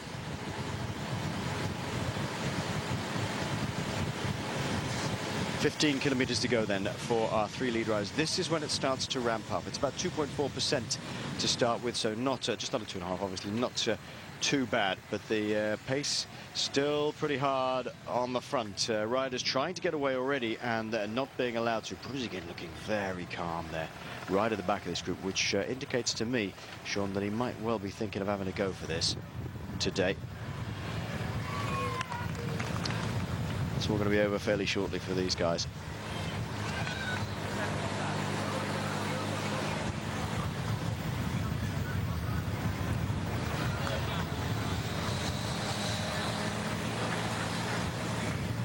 Well, Bellotti looking a little concerned now.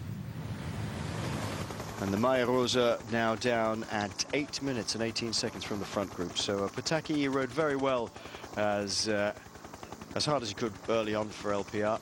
That's exactly what you want to see. Somebody riding with aplomb when they're wearing a leader's jersey is now way off the back. You just have to set your own pace, don't you, Sean, when it's a day that you can't compete in? Yes, well, of course, you just get into the group that's forming behind, and there's always a big group, and sometimes there's a number of groups on the road, and you just make sure that you get into that, as they say in cycling terms, the bus, and you know, they ride along at a nice pace, but you don't really race at 100% because there's no worry about getting inside the time delay here, the time limit. And we see Pataki on the climb. He was making a big effort to stay in a group of about 15 riders that he was in, but he had problems following it all the way up that climb. But maybe that group came together again, but there was certainly another group he could see behind. And you know, once you get into a group of 15 riders, 20 riders, well then you're not in any danger, and it makes it easier as well to get to the finish, because with a group of that you can share the pace, and as we can see here, they're doing that at the moment. And what have they got there? About 25, 30 riders, maybe more. Yeah. Just a couple more on the worst ever prizes, as we see Mauro Facci coming towards the front now, which is why Hulsman's there's obviously there. Haven't thought of that, but of course that's why he's there, as they got another 15 to go banner. John Canning's riding in again, saying I once got some Dutch guilders for a preem. It wouldn't have been so bad, but it was in England, and of course they'd got rid of the Gilder by then. In Holland they used euros, so completely useless preem prize there. And Peter Roughhead, who's the director sportif of the Arctic Premier team back in the UK, very successfully too. A couple of things with him. He said the worst ever prize he's got was £10 and a packet of biscuits, which is always quite good. And actually he has a rider in his team, Ramon Fernandez, who rides for the Arctic Premier team. His brother is riding for the Jacobo Galicia squad, Delio Fernandez. Actually, we don't know much about Delio Fernandez. We've got a feeling he might be a bit of a sprinter. So, Pete, you can write back in and tell us exactly a little bit more about Delio Fernandez if you so desire. Thank you very much indeed.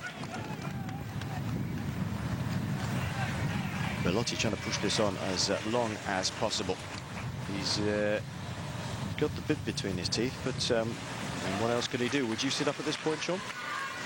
Well, I would certainly, be considering, and I'd be hesitating to continue.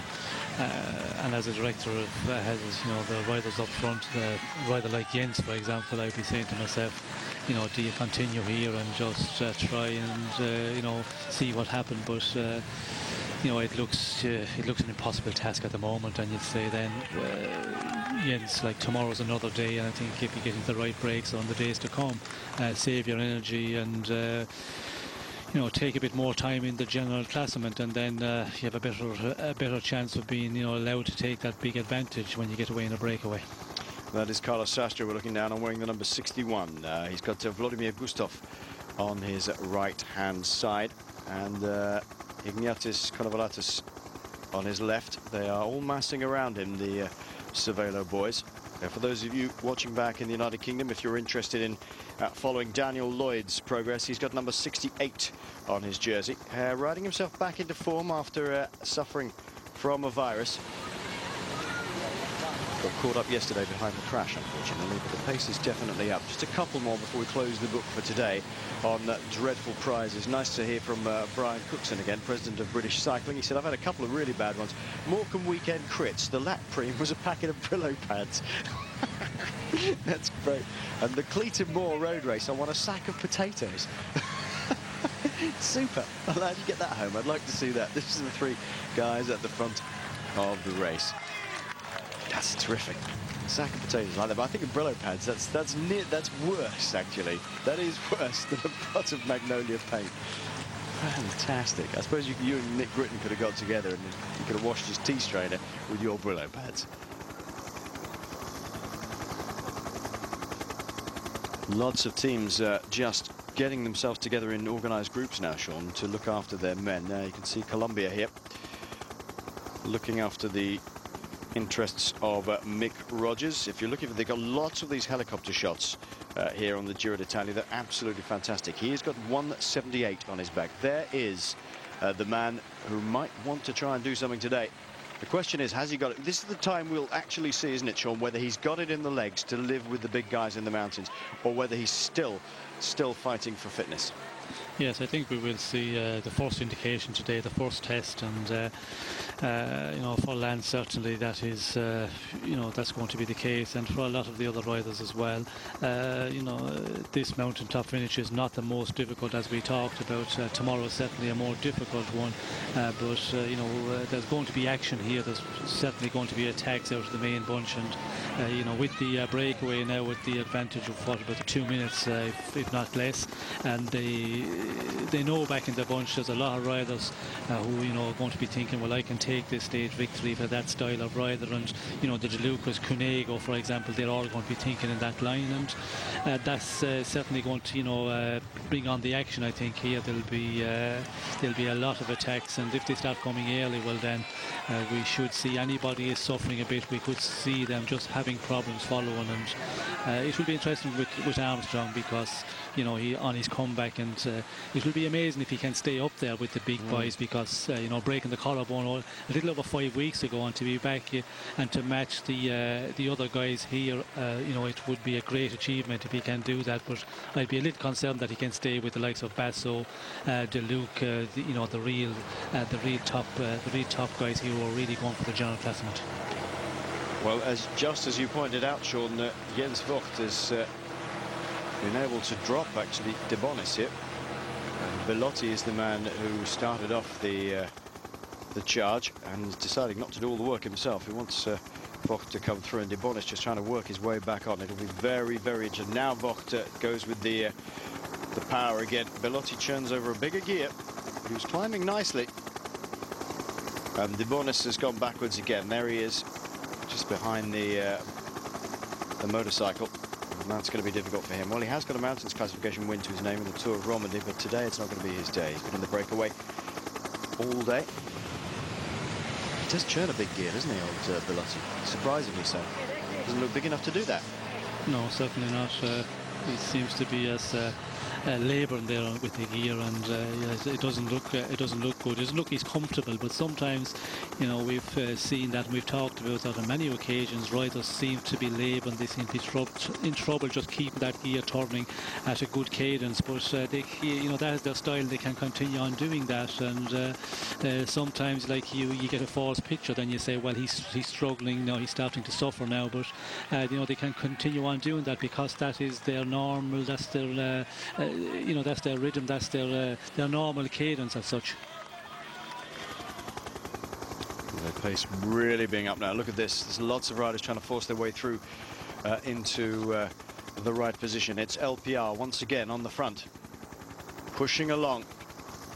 De Luca is the man there, trying to keep up towards the front. Stefano Garzelli in the all red with the white helmet there of Aqua Saponi, just sitting on the wheel of Danilo De Luca. Jaroslav Popovic just behind him, and then Mick Rogers, who is Lance Armstrong's tip for the top today, with it looks like a Lukvist, the winner of the Eroica, the professional race. There is of course a Sportif later in the season, and as we said earlier, Alessandro Spezialezzi on the front once again, setting the pace. Nobody being massively tailed off in terms of favourites at the moment. Basso just sitting behind the Lampre boys,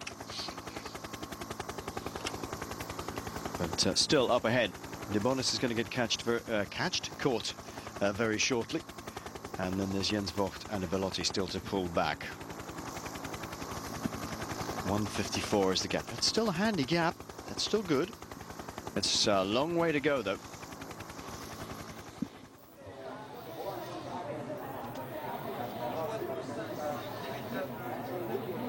That's interesting, isn't it? Bradley Wiggins right up towards the front for Garmin Slipstream. You can see John Lee Augustin up there as well. Jose Serpa was there. 10 kilometers to go for our two remaining breakaway riders at the head of the race. Bellotti, Francesco Bellotti in the red of Barlow World. An Italian team, they really want to do something. De Bonis is still fighting in there. Francesco Bellotti, he was third in the mountains competition back in 2006 in Tour de Suisse, so he can climb. And by and large, he's not had such great results, but that is probably his best ever. I think that was his best season, actually, 2006. And he just slipped outside the top 40 in the Giro d'Italia in the overall classification in that year as well. But since then, he's not done quite so well. But Bellotti can do very well on his day. Jens, well, his Armaras speak for themselves. He's a terrific win. Recent winner of the Criterium International again. Suits his sort of racing, that big, strong, powerful rider. But LPR doing a good job here. Good to see Garzelli up towards the front. Then Bruzigin on his shoulders, right-hand shoulder, in the pink and blue of Lampre. Behind, it's Pelazzotti. And is Basso up there? I think Basso's a bit further down, actually. Up towards the front as well is Denis Menchov. Well, we haven't we haven't commented on Denis Menchov at all. Losing out yesterday, having to fight really hard to get back on, Sean. A bit of a schoolboy error, do you think? Wrong place? Well, it's a bit harsh, maybe schoolboy error, but an error. It's happened a number of times on Menchov. You know, you asked the question again, he got caught out, and we've seen it, you know, I think quite a few times in the Tour last year, although that was on a descent. But, you know, I asked myself the question yesterday, that crash, I think it happened pretty close to the front, and, you know, if that was the case, well then, you know, you can be in 25th or 30th position and a crash happens and you get tangled up in it. There's nothing you can do. It's just a little bit unlucky. But for Menchov, he seems to be the one who, you know, a number of times it happened, and you ask yourself, you know, experience as well. Sometimes riders, like, they can feel that, they can, you know, they feel a crash is going to occur, they can see it going to happen, and they can move ahead of that a bit. but certainly, you know, he lost a little bit valuable time again yesterday, and nothing really, you know, disastrous in any way, but still, you know, you can't afford to have that again in the race, as Basso had a number of days ago when he lost a number of seconds with Leipheimer. You know, one occasion you can get over it, and if it's, you know, 15-20 seconds, okay, but you cannot allow it to happen a number of times in a race, because then, you know, it goes out to a minute and 15 quite quickly. Well, we're in the area of the world where the Marmolada is not too far away from here. This is the Palais di San Martino that we are in. We're finishing today at San Martino di Castrosa. We've been here since 1982 when Vicente Belda won the stage here. Only one other time before that, when Wout Wechtmans won back in 1954. This is a typical sort of alpine ski resort, real sort of 19th century thing. Right up at the finish here at San Martino, it's got that sort of elegant colonial sort of, or elegant alpine resort type feel about it. And they're having a bit of a discussion here about what they want to do. Bellotti, I'm not sure, wants to play Vocht's game, and Vocht is using a little bit of the experience to try and say, come on, we've got to do this, got to do that. It's about that time in the race, Sean. Yes, well, of course, it's certainly the time, and you know, they haven't got any time to start getting into discussion. They have to keep on working at it, because you know, the gap is really coming down, and you know, we're getting closer to the finish. And you know, depending on when the attacks start coming out of the bunch here, the pace is you know, being set, but it's not really going at 100%. We can see that if anything, if it slow down a bit, and you know, Jens is he's been given that information from his team director, and you know, in the general classement, of course, it's all over, because Jens was at 3:47 in the general classement, but the stage victory, he can feel that, and I think, you know, Bellotti is starting to suffer. He's not prepared to work with him and do the same amount of pace setting on the front. He's not prepared to share that, and Jens feels that if he can, you know, keep on going, he probably knows that he's probably stronger than Bellotti at this moment, and he's, you know, in a position now where, you know, there's nothing to do, and you just keep on working at it and try and get the best out of Bellotti. Really get him to get him to do some pulling on the front. Yes, so we've still got it in the legs to do so. Just being taken up to the front now. Levi Leipheimer, with it's Jaroslav Popovic having to go back and grab him and get him in the right position. Obviously just a little bit out of position, and there is Lance Armstrong. Look, this is what caught him out in Castilla Leon, that as soon as the pressure went up a little bit, he was in slightly the wrong position. Lance Armstrong with the Decca Giovanni riders all around him. It's Jose Serpa just behind him. There's back to our two at the front, with Francesco Bellotti and Jens Vogt. We don't quite know what the gap is back now to De Bonis, but he's gone, and they're just having to grind on here. There's nothing else to do. And just past the 8 kilometres to finish, Mark, so you know, it's a long ways out all the time, and as we can see, Jens is getting Bellotti to do some bit of work here, but Bellotti seems to be starting to struggle big time here. Yeah, I think he's just doing what he can, really. He's almost, he's got that sort of look on his face, slightly Robert Miller-like, isn't he, with his sort of staring eyes, and just concentrating. That's all you can do, isn't it? You have to just concentrate and keep it just within your level. Yes, well, of course, if you're starting to suffer a bit, well, then you try and bluff a bit, and if you're with somebody who is stronger than you on the climb, well, you know, you're really going to suffer majorly. And Bellotti, he's just going to the front, and you know, just keep on riding, but certainly don't give it your 100%, because you know Jens is going to attack you, and here we are. As if on cue, away he goes, and Bellotti just trying to hang in there. He's going to have to see if he can fight to stay on that wheel, but he's not got the power of Jens Vogt. Vogt is just going to try and go for this as much as possible now. I think he's blown out Bellotti. Brave attempt, getting Francesco Bellotti to do as much work for as long as he can, taking the toe, and now he's all by himself. Well, that's it for the breakaway, bar this man. Once again, it's Jens Vogt out by himself, trying to get a win today. He's only got 1 minute and 20 seconds over the peloton, and I don't think in a million years it's going to be anything more than another very brave ride. Yes, it's written all over it, I think, and unfortunately, again, you know, if he had that if he could have got this onto this climb in the last 10 or 13 kilometres with that 6 minutes, 5 minutes advantage, he would have a great chance of holding on out there. But now, with around the 7 kilometres to go, 120, I cannot see Jens holding on. That's Acquasapone doing the pace setting on the front now for Stefano Garzelli. Well, we talked about Garzelli yesterday. I've got a sneaking suspicion about Garzelli that he might try and do something today. I would not put it past him to go for the win today. He's a great rider. Always has been, and has been, of course, a winner of the Giro d'Italia. A long time ago now, I think it was 2002, something like that. Anyway, there is Lance Armstrong. On his right-hand side is Felix Cardenas. And just ahead, I think, was Kasyukov from Fuji. There is Garzelli. Always looks in good shape. He can win the smaller races, the smaller, hard one-day races, and he can climb pretty well as well. Mauro Facci's looking quite good here, but he's got for company Fabian Cancellara, so we can't be that far up the field. Cancellara is not noted for his climbing ability, so I would think that Mauro Facci is in a group at the head of a group that's got off the back of this one.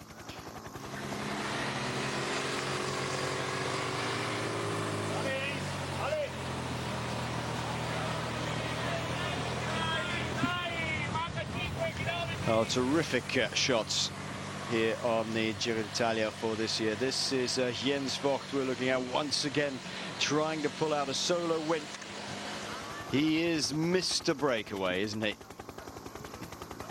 Jens, who's won so much in his career, had a terrific early career, and then had a sort of leanish spell. Hey, Didi, I wouldn't get in the way if I were you. Not in the way of a fellow German. He's won a stage in the Criterium International this year, and the overall. Once again, he's won it, I think, equal record times now as Jens Vogt. He also won a stage in the Tour of Poland last year. He was the overall winner, remember, last year. So he's got a terrific career. He's made the best of his talents, Sean. He's a rider who's never had the pretensions beyond what he knows he's good at. Well, certainly he's had a great career, and when you look back at his early years, I think he improved from that and developed to be a winner of races. And as you said, you listed him off there: Criterium International, Tour of Poland last year. Some great performances, and the times he win the races, we all remember last year the Tour of Poland. The weather conditions was just horrible, and he's one of these riders who can support that well, who can ride well in really bad conditions. And he's one of the hard men, and again the advantage is, like, he's such a powerful rider that he can go out there in long breakaways and hold on. And here again we see him just powering on all the time. And the interesting one here, we see him, he's still on his big gear, on the big ring. He's climbing this one, and that tells us this climb is not majorly steep. And as we talked about earlier, it's a gradual climb. It's a big power man's climb, and certainly it's a one that's suiting Jens. And unfortunately, just the advantage wasn't great enough, but he's working well at it, and the advantage playing into his hands. Really, there's no action out of the bunch. They're setting the pace here, but it's slowed down a lot in the main bunch. I think we can see just a shot there earlier. Of course, this is the gruppetto with Cancellara and Facci and the rest of the group, which are just touring along to get to the finish. Yep, absolutely. A bunch of Saxo Bank riders here at the back. Stannard, you can see on the right-hand side.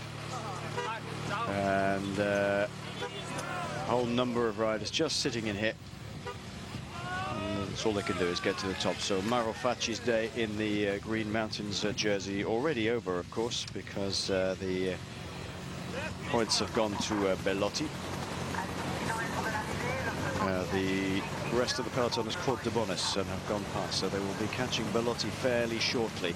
The gap, 1 minute and 15 seconds, but he's still doing a great ride, still churning over that great big gear. You can see the difference in the two rides being done here. Jens Vogt out by himself on the left-hand side, just still churning away. And on the right-hand side, teammate Fabian Cancellara in the gruppetto. Now Kodolga's on the front, pushing along, keeping it going, with De Luca just turning around those pedals very, very nicely. He's got Stefano Garzelli, he of the extremely bright blue eyes, right behind him. And it's these sort of guys that really want to try and do something today. Possibly they think they've got slightly, I mean, they're not the absolute pure climbers. They can do something a little different. Oh, it's there is a good shot of Danilo Di Luca. Now, there's a man actually who looks very similar to Lance Armstrong when they're under pressure. He gets very black, sunken eyes. And his face gets drawn very, very quickly. That's the way you can tell whether Di Luca's in real trouble. And the same with it's Maurizio Soler, who's going to have a go chasing after Jens Vogt now. This man who smashed his thumbs and fingers and wrists to bits in the Tour de France last year, but won the mountains classification the year before. Now, this man doesn't look like he can climb at all. He's the most gangly, ungainly man you'll ever see on a bike. He looks like the cartoon character from Belleville Rendezvous, but he can really go for it. But Lundqvist hasn't going to have any of that, and Garzelli is on his wheel now. Now we're seeing the big guns firing. Mick Rogers has come straight up there. Pelazzotti looking really smooth, straight onto the wheel of Mick Rogers. Di Luca, I think, suffering a little bit. I think the AG2R rider is Tadej Valjevec up towards the front. Bruzigin comes cruising up. Leipheimer's still in there. Basso on Leipheimer's wheel. Lundqvist is the man there, 172. As he slides backwards a little bit. He did the work to close the gap down for Mick Rogers. Oh no, Lundqvist is on the front, sorry. Must have been Bosenhagen. They look very similar. Just sliding backwards a little bit. So Lundqvist controls the pace. 5 kilometers to go then for the peloton, and still out ahead is Jens Vogt. So 1:21, 1:15 was the last gap we had. It'll be less than that now. Just that little injection of pace, Sean, will have cut the gap down quite significantly. Yes, of course. The injection of pace just takes back that number of seconds, but again we can see here nobody wants to take it up, and Lundqvist is certainly not going to do that. For Rogers, what they want to do is, you know, keep it as calm as possible, and if they can keep just the good tempo here, it would be interesting for Rogers, because he might be in trouble if they really started attacking. I don't think it would be his cup of tea. He would like a steadier pace, and of course Rogers in a very good position also to take a jersey here today.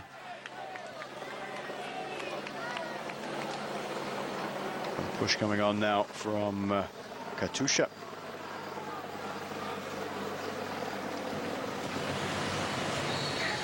I don't think that's going to last too long. There's too many big names who want to get in there, and the Commissar's shushing the rider along. Belotti gets caught. Shushing the motorcycle rider along, should I say, to keep him out of the way. It doesn't want any sort of towing effect on any riders trying to make a break for it at all. That was very speculative and very short, as Belotti gets taken back and will just have to wheel his way out the back. Once again, Lamprey get onto the front to start things moving. Not Lamprey, sorry, Liquigas on the front. Sylvester Schmidt is the rider, the pole.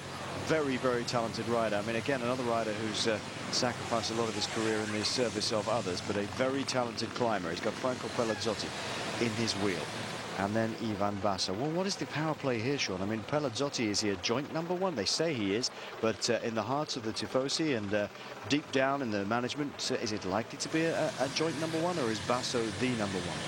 Well, I think for the moment that's not totally decided. Have to wait and see today, you know, which one is riding the best, and it's a great position for the Liquigas team to have 2 riders who can do the general classement there. And of course, you know, you wait, and the first mountain days today will be give a little bit of an indication.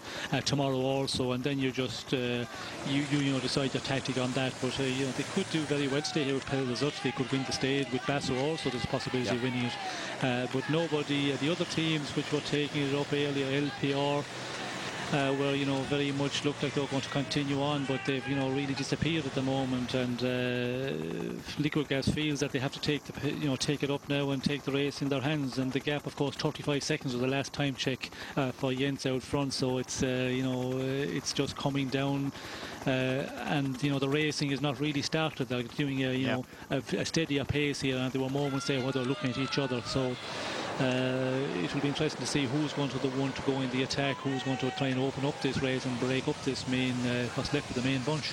It's going to start fairly shortly, though. slightly flattens, or I say flattens out, a slightly less severe gradient in the last 2.5 kilometers, and Jens Vogt is getting that way now. He's just under 3 kilometers to go, just over 3 kilometers to go for the big German winner of the Criterium International already this year, with a stage to his credit. Winner of the Tour of Poland last year, has worn the yellow jersey in the Tour de France. And Sylvester Schmidt doing his very best to keep the pace high. Super ride by Schmidt on the front. Pelazzotti is at his wheel. He's being shouted at. Is Schmidt maybe saying keep it under control. Garzelli is nervous, looking to see who's behind him. Lundqvist looking in good shape. He's got Mick Rogers right behind him. 168 there is Jelle van den Wert from the Ceylon Slotto squad. We've got a couple of the Ceylon Slotto boys towards the front. The ISD riders in the middle, I would suggest, is probably Dario Cioni is the best climber of the bunch. None of the Cervelo boys up towards the front. And look at Lance Armstrong. He's still sitting there. That's maybe because the fireworks haven't kicked off. 3 kilometers to go then for Jens Vogt. He's just got to dig in. He's got to really dig in. 25 seconds is the gap. It's coming down, but as soon as somebody lights the touch paper here, it's all just going to explode in Jens Vogt's face, I think. Yes, you know, he's doing a magnificent ride because you know, he's held on so well. Then the seconds are coming down, but coming down slowly. Of course, there haven't been a lot of action, but still the pace has been set quite high. And you know, Jens being out there for a long time, it's just unfortunate that he hadn't got a bigger advantage. Well, I'm just wondering whether it's just about to kick off. I think there's a little bit of movement in pace up the front. Lance Armstrong lying back off the front. Quite a way back off the front, not where we're used to seeing him at all, but that was 3 years ago, remember. And this is the first big test of his courage and strength. That's it for Jens. Oh, brave man, brave man. He doesn't play up too much. He's extremely popular, Jens. He's also the riders' representative, or one of the riders' representatives, or was. And chapeau, as DD would say. Sylvester Schmidt still pumping away here and keeping the pace high enough to stop any attacks at the moment. Not too high though, because he's got some good climbers, but not some real dancing on the pedals boys behind him. Which of these guys is going to go for it first? Kunigo just turning the pedals over quickly. De Luca, high cadence. Also just ahead of him is Stefano Garzelli. There's a number of riders who still haven't done anything. This is looking like a finish for Rodriguez to me today. Now, because it's going to be so long until somebody starts to have a real go that Joaquim Rodriguez he's got that kick, Sean, and that there's just nothing there's no fire in the attack at the moment. Rodriguez could get away. Well, of course, you know, his normal tactic his usual tactic is that he goes in that last kilometre, the last 500 metres. We haven't seen him here to the front, but certainly, you know, he appears when we get in that final kilometre. It depends on who is going to take up the attack. De Luca, of course, and Cunego, they're going to wait and play the game and hopefully just stay with the likes of Basso and stay with the other big favourites, because they know in a sprint they have a very good chance, where Basso, Pelazzotti, they have to go in the attack, because with the better sprinters, they're not going to be able to match them in this final sprint to the line. So you know, there's different tactics for different riders, of course. Scarponi's up towards the front, as is Gilberto Simoni, both from the Deco Giovanni squad. The Cape-Topani rider on the front is Joaquim Rodriguez. That is him. That's his style. I'm certain of it. He's about, what, 6 or 7 back on the right-hand side with 2 kilometers to go now. And there's still all the big favorites are lurking. It's just like a Cold War standoff at the moment. Sylvester Schmidt on the front, then Ivan Basso, then Pelazzotti, which would make me think, well, Pelazzotti is the man they're going to try and set up for today for the win. Levi Leipheimer just hanging over the end of his bars, keeping himself out of trouble. He's on the wheel, I think, of Rodriguez. Mick Rogers still will be thankful that it's not exploded yet. But also Thomas Lundqvist looking good as well. This will suit Dennis Menchoff as well, this sort of pace. Now, there are two of the riders from Cervelo at the back of this group as well. Carlos Sastre will be one. I wonder if Philip Dijkman is the other. Dijkman is 16th overall. Francisco Maschiarelli is the man. Oh, it's Soler. It's going to have a go around the outside. Here comes Soler from the Barlow squad. Has a bit of a kick. Is anybody going to let this guy get away? Are the favourites just going to look at each other and think, well, we'll have a go a little bit later on. Schmidt still keeping the pace. You know, for Soler, this would be a good move, very good move, because he's never ever going to win in a time trial with 2 kilometers to go. He's got a little bit of a gap, but he's not far hard enough. Schmidt has just upped the pace a little bit. Now there's a bit of panic behind. Well, he's gone for it. He doesn't look the same man as he was 2 years ago, though, Sean. No, certainly no. When he go into the attack 2 years ago, he was just so explosive. And here, Schmidt just continue on the same pace. He looked around for a moment, Schmidt, to see where Basso, Pelazzotti were sitting, and continuing on. But he's getting to the end. It's all over for Schmidt. Schmidt making the pace here. So it will be interesting to see who can take it up now, because surprising that there's not other riders who want to go in the attack. And Soler just pulling it out very, very gradually, but I doubt if it's going to be enough. He's pulling it out gradually. He's giving it a go. It's under the banner. We go for Juan Mauricio Soler. 1 kilometer to go. Pushing on. Well, this is a very, very strange finish. Soler has taken his chance very well. He doesn't look the same man as he was, but behind there's no great attack, because surely they're all just looking at each other. Now it looks like Garzelli's squad. Codol is it again, taking it up at the front. They're pushing really hard, and Soler looks over his shoulder with 800 meters to go. He digs in really deep. If there's anybody got the energy to get across to him, Soler, is he just going to hang on? Well, it looked for all the world as though somebody should have brought him back, but it's just they've left it a little bit too late. Coming up to the 500 to go banner, and Juan Mauricio Soler, winner of the mountains classification 2 years ago in the Tour de France, is going. And that's answered our question. Lance Armstrong off the back of that little group, looking over the shoulder. Who's going to go for this one? Soler, is he going to take the win? I think Soler's going to take the win. Lance Armstrong. Well, it's not going to be his day. He's still not in the pound seat, is he? He's still not 100%. That answers our questions. The first big test. This is the finishing straight. Around come the motorcycles. Has anybody got the energy to take it up? It's LPR. Where is Soler? It's going to be so tight.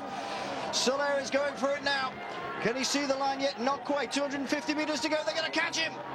Are they going to catch him in the last 250? Is it De Luca sprinting for it with Stefano Garzelli behind him? They're going to eat him up on the line with 100 meters to go. Garzelli has to go around him. It looks like De Luca's going to take the victory. De Luca first, Garzelli second, Pelazzotti I think is third.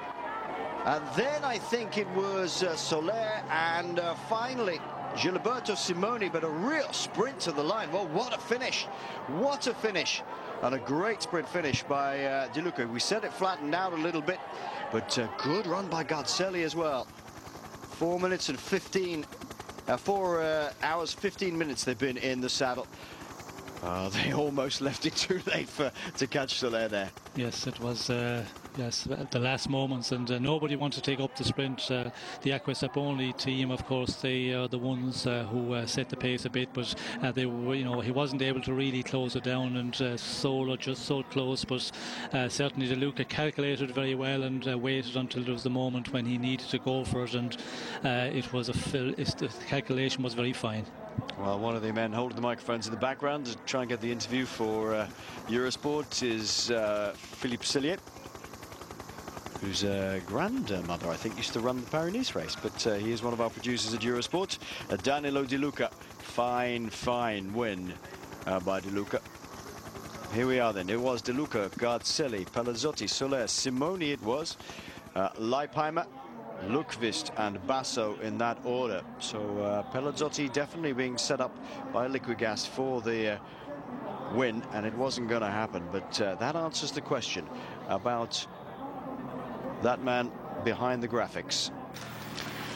The South Americans have a great history, of course, of providing great mountain climbers to the tours of Europe. We've seen it's been quite a while though since we've seen a number of them. You were part of that invasion of Colombians, mainly, Sean, back in the day, back in the mid-1980s. I bet it was a massive shock to the European system when these small, wiry, dark-skinned South Americans came off and leapt off the hills. Yes, well, it was a major surprise to a lot of us, and you know, when they come over first to do the European races, they were unbelievable on the climbs, and luckily for us, they could not ascend at all, because they could take a minute, 2 minutes on the climb, but you were pretty sure you could, you know, pull them back on the descent, and a lot of the times, you know, they were falling off on the descent. So, but it's, you know, they were certainly a long ways ahead of the Europeans.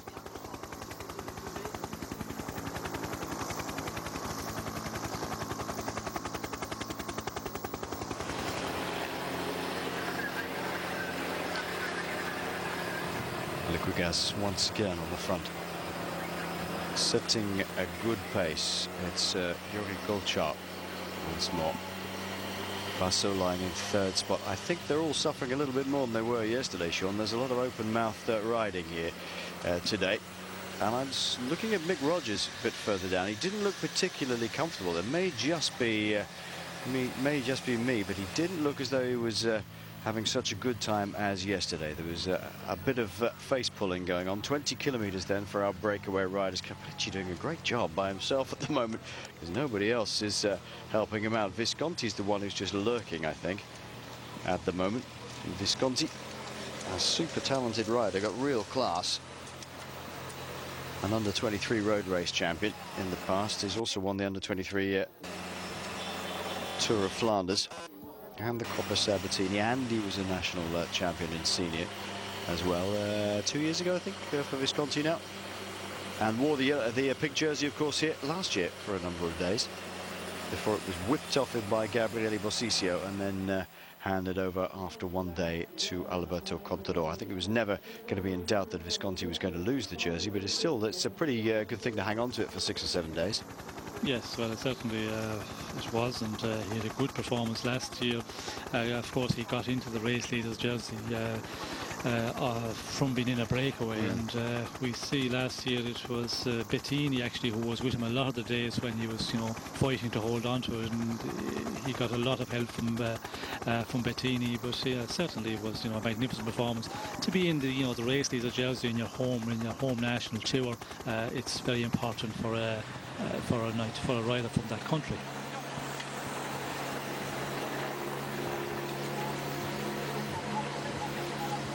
Well, he's come off the front now, just allowing Pietro Poli to do a little bit of work on the front, and now Visconti takes up the pacemaking, looking lean, looking in good shape. Fokler still churning the pedals. He always looks as though he's suffering, actually, Thomas Fokler. I'll tell you what, Pietro Poli didn't stay long on the front, did he? And neither did Visconti. And now Fokler's going to have to try and keep the pace up. I don't think he'll be staying there for very long either. He was looking as though he was suffering a little bit. Once again, they're putting the pressure on. Under the 20 to go banner goes Liquigas, and they've whittled it down to about 50 riders. Lundqvist looking calm. Okay, looking calm at the moment. Looks all right. But we will just have to see how much he's got in the tank. Ruslan Podgorny was the man right at the back of this group. Podgorny is the Ukrainian national road race champion. Here's Carlos Sastre, looking typical Carlos Sastre, looking as though he's suffering right from the start. But Danilo Di Luca said, watch this man. And I think he is coming into form, Sean. He's building up towards the Tour de France, of course, to try and defend that title. But I wouldn't be at all surprised if he goes for at least a stage victory during the Giro d'Italia. Yes, it's very possible, and if you look at yesterday's performance, you know, he finished up there in the tail end of that group. He was the last man to finish on the same time as the winner, De Luca. So, you know, that tells us that he's certainly feeling good, because to stay in contact in that sprint yesterday, the final kilometre was very, very fast, and a good indication of, you know, from his performance yesterday, that he's not too far off. Depending on, as the days go on, you know, the recovery and that, is he getting the second week, the third week, is he ready for that yet? But a stage victory certainly is very possible for Sastre. There he is. Thank you to Andy Smith from the Swindon Road Club, just updating me on my old teammate Crispin Doyle's progress. Crispin Doyle, have anybody seen Crispin Doyle? Anybody remember him from when we were racing years and years and years ago? As Vokler is having a real trouble trying to hang on here. He's going to fight his way back up. He is a real battler. and he'll get back up to this group and just sit there if he can, but having a little bit of trouble. He said he was, we said a little bit earlier, he was beginning to suffer with Pedro Horrillo on the front. Crispin Doyle, by the way, I've never seen a man spin pedal so fast in my life. I understand he's a medical doctor now. Maybe he's decided to slow down the cadence just a little bit. 4 men on the front for Liquigas. Horrillo is going to have real trouble hanging in here, I think, Sean. Yes, well, we've seen him at his usual, you know, losing 4 or 5 bike lengths and then sprinting back to the rear end of the group again. And yeah, you know, we all remember the tour when he had the yellow jersey. We said so many times, Horrillo, it's over, he's out the rear, and then he makes a big burst and gets back in and moves up in the group. It's a funny style of riding on a climb, because if you're suffering, it's so difficult to make that effort. But he's one of the riders just takes a number of bike lengths and then he gets this sudden burst of energy and gets back into the group, and sometimes move up in the group that he's originally in. Look at that average speed, 42.6 kilometers an hour. But remember, of course, a lot of it's been going downhill. One abandoned today. Just come through race radio. David Garcia de Peña, who we saw in the very first day going for the mountains classification, has retired. There we are, the Spaniard from Jacobio, Galicia. So they are down to a depleted team. They still have Serafin Martinez, Gustavo Cesar, Rubenal, Fernandez, Mayos, Garcia, and Voganov. And also Francisco Perez from the Estepania squad. He retired yesterday. So really we've had 3 guys out so far. One from a crash yesterday, one from a crash on day 1. Matthias Russ went out, sorry, on stage 2. But stage 4 was Perez. Gavazzi has gone back out of the group, now been caught by the rest of the peloton. This is Vasily Kirienka who's suffering, which is I wouldn't have expected.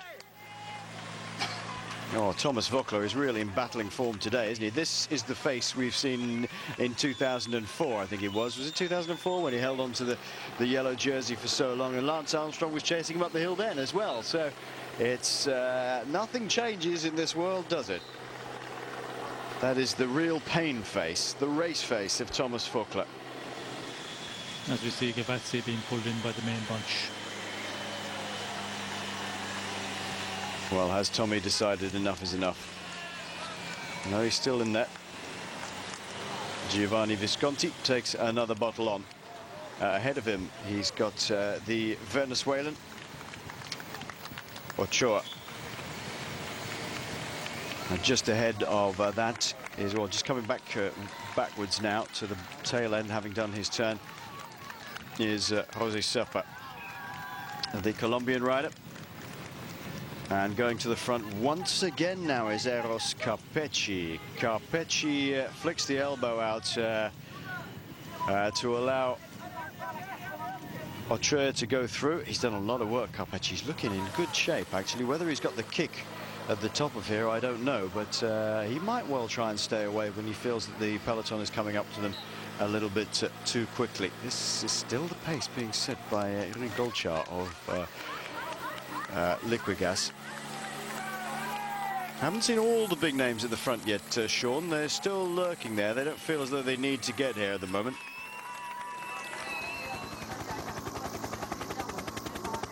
So we haven't seen Simone up towards the front yet. We don't see a Garzelli yet, although I've seen Massimo Codol there, just keeping things out of the way. Here we are at the tail end of things. That, I think, is right at the back. We've got 2 of the riders from Cervelo, Canalovas and Serge Pauls, just suffering a little bit. Bossisio doing the job, getting stuff from the car.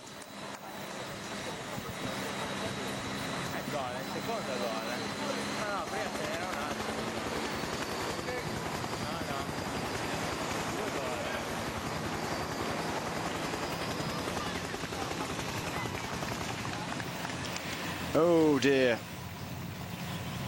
Tommy trying to get some liquids down his throat. Former French champion, as you can see.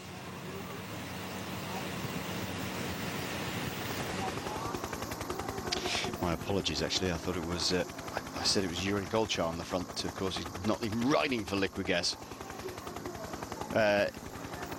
He's riding for LPR. It was a combination of seeing Gabriele Bossiccio going back that prompted me, but even more so, it was Sean digging me in the ribs with a big note saying, no, he doesn't ride for Liquid Gas, so there we go. Hey, you make mistakes. Visconti looking pretty good here, Sean. I think he looks quite calm. In fact, there's about 2 or 3 guys in this group that look quite calm, unlike Thomas Voeckler here.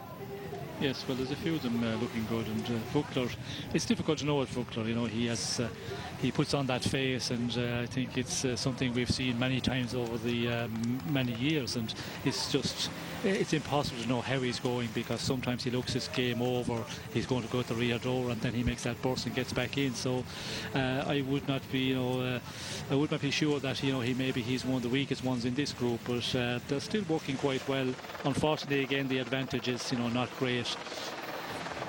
1 minute 18 coming over race radio, and when you look at the route, that final 10 kilometers, that's where it really gets it kicks up. And I think we will see then with the breakaway the guys who've got the legs and who was really suffering, and it looked like the Liquid Gas are certainly just taking the race into their hands today and going to really make it difficult.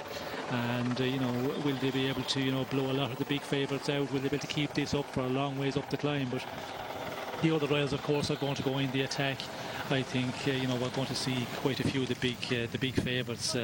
If they ride as they talk in the interviews from yesterday, a lot of them are going to go in the attack today and make it very difficult. So if that is the case, it should be interesting final 10k. Yeah, it should be. Pelazzotti, of course, sitting in the back here. He is the best placed Liquid Gas rider on general classification. He is 32 seconds back on Thomas Lundqvist's jersey. They will be thinking, well, maybe we have a good chance of getting the pink jersey today. He's worn it before. He's a very classy rider, Pelazzotti.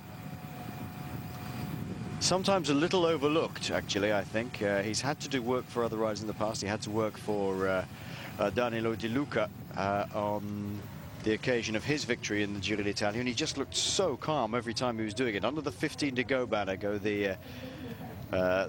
our front guys, and Jose Serpa is having a word with Thomas Voeckler at the back, saying, I think, what are we going to do? Are you going to be staying with us? You're not going to be staying with us? Just trying to, you could see Serpa moving around now, trying to marshal the troops. He's already dropped out of the line a couple of times and said to Visconti, go on a bit. So he's beginning to think strategically in that front group, rather than just rolling through and off all the time. There's some strategy that has to be done now, Sean, because as you say, it's going to kick up in the last 10 kilometres. They've still got a little bit of a gap, but if they're going to make a move, if anybody's really going to have a go at attacking this mountain, they're going to have to start thinking about planning it now. Well, they have to keep on riding and get everybody to pull their weight up front. And of course, Sepra, he's a teammate up there from the Dico Giovanni team, Ochoa. So it's certainly in their interest that everybody keep on riding here. And then when you've got 2 up there in the final, you could do something. And I think the 2 they have got up there, this sort of finish, certainly a mountaintop finish, should suit them. But the gap again, 59 seconds, is coming down rapidly, and I would see it very difficult for anybody to hold off. But again, it all depends what happens in the bunch, if there's not some attacks, and if the Liquid Gas can really keep it going when they get to the difficult section, which is around the 10 kilometers, it really kicks up, and the percentage is quite severe from there on. That will all have a bearing on the end result. Some of the really big names coming towards the front, the guys who are looking for a stage win as well as overall. We've got Barlow World coming to the front. They're definitely looking for Soler to do something today. Soler, not a threat, not a huge threat on the overall classification at the moment, but he's lying in 39th spot overall. He's over 3 minutes down, so they're really looking for that stage victory today. And the Barlow World's just sitting there on the left-hand side of your screen. 1, 2, 3, 4, 5 of the red and white jerseys. He had a go yesterday to get his stage victory. Good move. I mean, he just about timed it okay. It's a shame that it was not slightly more steep. I think he'd had a slightly better chance, Sean. Yes, I think if it was steeper, he certainly would have had a better chance. And he said, you know, he was the one, really the only one who put any serious attack. And surprising that he waited for a long time, because when you get into that final kilometre, that final 800 metres, I think it actually was when he went, it's difficult to pull out a big enough advantage to hold off in the sprint. And we see Deluca, he calculated it quite well. But I think we could see Sola going from a bit further out today, and the team is certainly with him there. And there's a number of riders keeping close to the front, keeping me out of the wind, of course, which is very important. And of course, we all know with Sola, he's not the best of a guy to sit in the group and get shelter. So the riders kind of stay out on the side where the wind is coming from, whatever little bit of wind is there, and just keep him in a good position. And I think we will see him, yes, going for an attack maybe a bit further out today. Whether he's in the same sort of form as he was in the Tour de France a couple of years ago, we'll just have to see. He had a disaster of a Tour de France last year, crashing a couple of times and smashing his hands and thumbs to bits. Oh, there's not much of a gap now, though, is there? They are motoring. They are really going for it now. Left-hand side of the screen, you can see the Kestepan riders coming towards the front. Joaquim Rodriguez will be the man who is the climbing sensation, so to speak, there, although he could do with a slightly punchier finish. Edvald Boesen-Hagen sitting here just behind that Franco Pelazzotti. The big jersey on the shoulders of Thomas Lundqvist. I think everybody's just trying to keep themselves out of nerves here. Marco Pinotti coming through. There's a lot of puffing and panting going on here, Sean. There's quite a few of them suffering, I think, a little bit, and also quite a nervy time here. Yes, it's certainly a little bit of a nervous time. You know, you have to keep up in the top 20, 30 riders, certainly. And as we can see there, there's a lot of movement. You know, riders with team domestiques taking them up. And if, you know, we can see the liquid gas, of course, the number of riders in the front, Basso there in the line. And that's an easy place to be, because there's nobody really moving up past that 7 or 8 riders on the front, that first line, as we can see here. But if you're just further back, we can see two or three, you know, lines of riders, and there's always movement from left and right, and you can suddenly get a group of riders, 6, 10 riders, move up, and then you know you've lost quite a number of places, and you need your teammates there to, you know, keep you in position, keep moving you up. And certainly Sola is the one who needs it, because his bike handling would not be the best. To stay in the middle of the group is not easy for him, so the teammates have a lot of work to do here to keep him in the position for the moment, and we get to the part where it really gets steep, and then we will see the bunch will pull out very quickly. It's not been the case that they managed to stay up there with the top guys at the moment. It's Team Columbia High Road who are just sitting behind the Liquid Gas boys. There's only one man with Danilo De Luca helping him as Ochoa keeps going. Seppa just behind him. There is Vokler rolling through to do his turn. Has a very upright stance, sits upright on the bike, always tilts his head backwards. And Seppa takes up the pacemaking on the front. Tends to ride a reasonably big gear. And here is what's happening behind. This is his teammates from the Decqua Giovanni squad. Scarponi is at the back of those three, and Gilberto Simoni is second in line there. On the left-hand side of the screen, you can see it's Columbia High Road with just De Luca sitting behind in the mountains classification, the green jersey. Some of the bigger names trying to force their way up to the front. Sola's team have disappeared backwards a little bit. Maybe he's having a little bit of trouble. Oh, off goes one of our domestique riders from Liquid Gas. I think that was Kjell Karlström, who had just slipped backwards, having done all his work on the front. Levi Leipheimer sitting there next to just on the shoulder of Gilberto Simoni. Always in such good shape is Gibbo. Considering his age, he does such a fine job. He's always kept himself riding, always kept himself in good shape. Doesn't really suffer from too many injuries, doesn't get ill very often. No, we do not hear that he gets ill, and you know, he prepares the Tour of Italy quietly, and certainly, you know, at this time of career, the age, he's you know, still performing very well. And you know, last year he was very strong, and just a little bit difficult to win stages for him now. He has to try and move on a bit, a number of kilometres out, because when it comes to a position as yesterday in that sort of an explosive sprint, he just haven't got that explosive power anymore. So he needs to go a number of kilometres out. And at the moment he's in a position where he's in the general classement. If he loses a bit of time, well, then you're always allowed to a bit more space then to go for a stage victory. So we'll have to see how Simone will perform today. Will he stay up there? Is he good enough to challenge here? And if he's not, I think he will start using his experience and take a number of minutes, because if you're going to take a minute and a half or 2 minutes a day, you might as well take 6 or 8 minutes, and then be in a position where you're going to be allowed a little bit more leeway, because the general classement guys are not concerned about you going off for a stage victory. You're going through Sweezy at the moment. They're almost caught, the breakaway riders.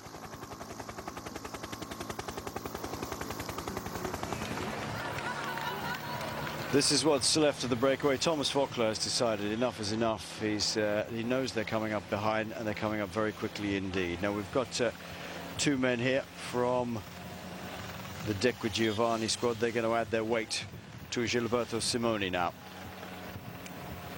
As he comes up, the other riders, well, we've got LPR's Daniele Petropoli up here for Danilo Di Luca, which is useful because we hasn't got too many men there. But even so, they've been out all day, and you can see that that's exactly what they've done. We've got the 2 Decqui Giovanni boys and the LPR boy have just kept going, whilst Giovanni Visconti is pulled across. So has Eros Capecci, just waiting for the right men to come up so they can tack on and add their weight to the attack. Down the back, there is Carlos Sastre. Look, there is Carlos Sastre, the typical small frame of him, and away goes our first attacker from Barlow World. And they want to be able to get somebody to try and chase this, but they're going to let him go at this point and see if they can see how much of an advantage he gets. It's not going to be a huge one, I wouldn't think. It's Chuela. He does like a bit of an attack out of the bunch now and again, but they're not too worried about it at the moment. They'd be a lot more worried if Maurizio Soler did that. Yes, well, I think it's a tactic here from the Barlow World team, try and make it upset the pace setting, because Liquid Gas are going to continue this very fast pace, and it's difficult to attack, difficult to get away actually. And I think for Soler, if it's a bit more nervous on the climb, attacking and change of rhythm a lot, he's able to do that very well. And I think that's orders from the director sportive for Chuela to go in the attack and just upset that rhythm of the Liquid Gas team. They're not being fooled by it though. They're just going to keep going as it is. David Arroyo climbing well towards the front. Arroyo, who was team leader, well, road captain for K-Stepania last year, had a terrible time, but this year seems to be going a lot better. He's climbing towards the front at the moment, and he's a very good rider who could do with a little bit more recognition now.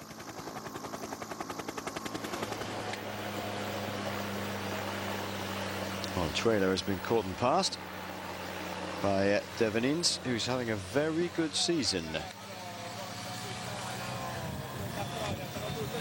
And what's the tactic with the quick-step boys here, Sean? They've thrown people up the road to try and get mountains classification points on 2 or 3 days. I think they're just trying their luck, really, to see who's got the legs.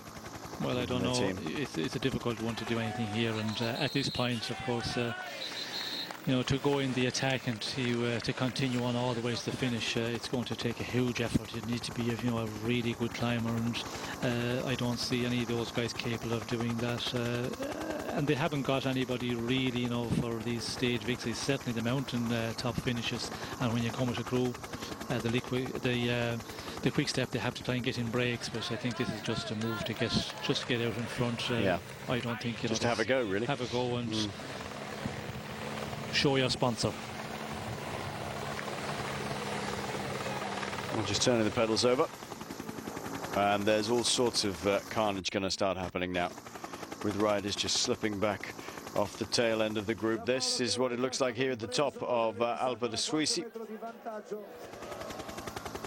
And the Liquigas Tuelas tactic is over.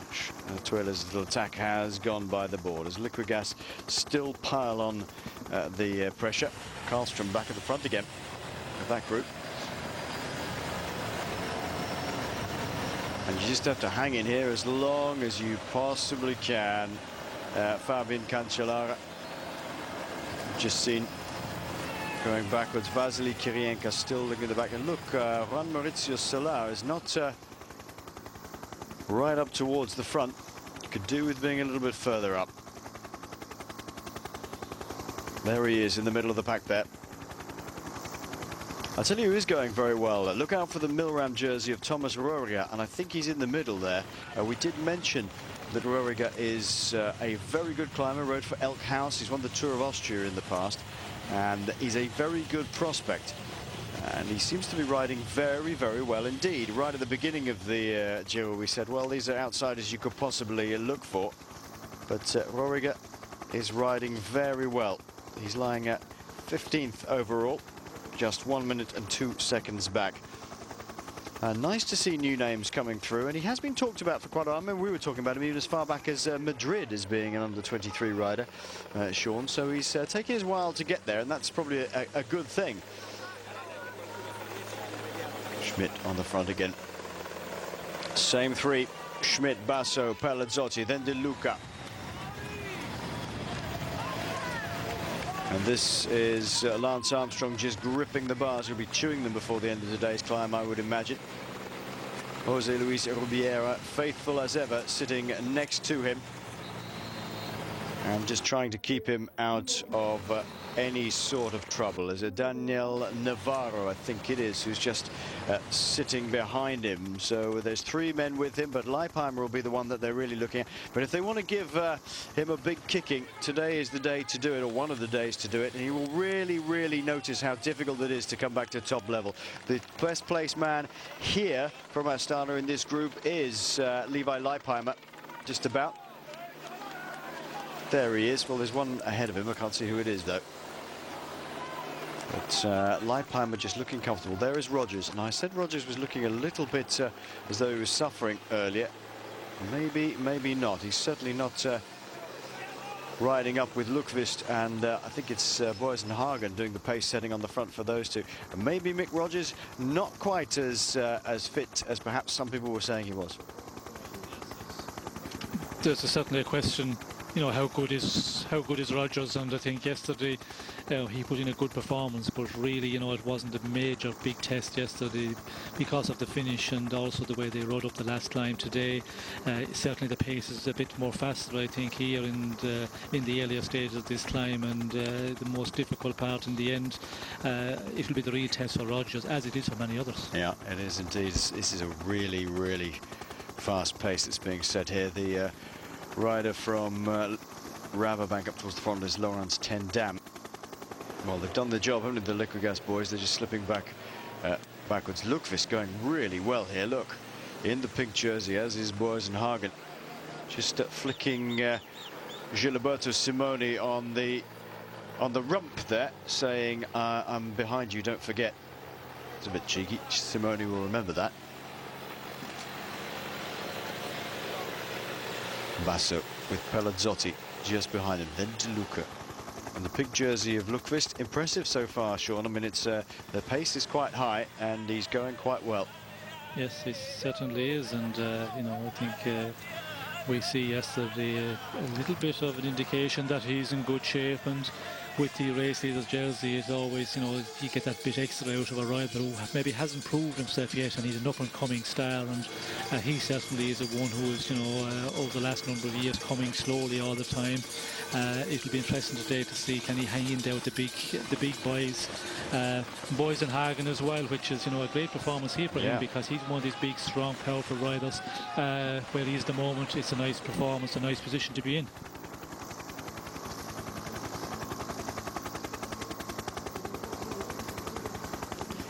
If you're looking at this in the UK, would you believe and we were looking possibly at the results from yesterday, that the man from Garmin Slipstream, sorry, at the back of this group is Bradley Wiggins.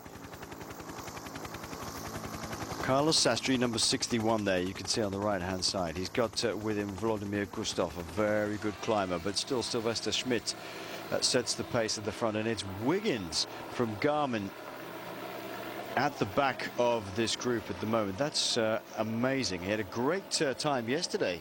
Bradley Wiggins didn't finish that far off. No, certainly not. He was he wasn't far off Lance Armstrong, actually. A little bit further back in time-wise, but just a number of places. He was at 32 seconds. Yes, it was a great ride by him yesterday, and an indication maybe that he's in very good shape. And here again today, just on the rear of this one at this moment, yes, he's still in there. So it's. Well, he's ahead of Soler there. Soler's moving up on the left-hand side of the road. I'm sure it's him in the group. It looks like him. 21, there is Brad. Look, there he is. You can see him, number 88. He's climbing brilliantly. He's right next door to Lance Armstrong and Juan Mauricio Soler. He's got Marzo Bruzigin just behind him. This is a terrific piece of riding by the Olympic and World Pursuit champion. Wonderful to see. Well, I take my hat off. He's in this front group. Chris Horner is the chap from Astana, right up towards the front. Armstrong, once again, he's suffering. There he is. Just have to look at the look of his face. Now look for those sunken eyes that he sometimes shows when he's really having a bad time. He's sweating buckets here. He's got Jose Luis Rubiera with him. Brakovic was back here as well. Daniel Navarro is hanging around with him as well, just trying to pace him towards the front. They don't want to let him slip off the back, but there'll become a time when if Levi is in good shape by himself, they'll just leave him up there, Sean. But what happens if Leipheimer says, look, I need some more people up here?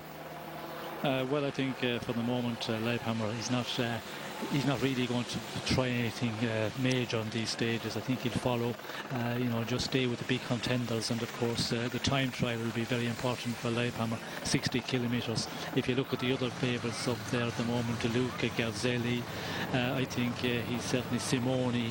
He'll an advantage over all of those guys. So I think the tactic is for Leipheimer just to stay in there and not take any time.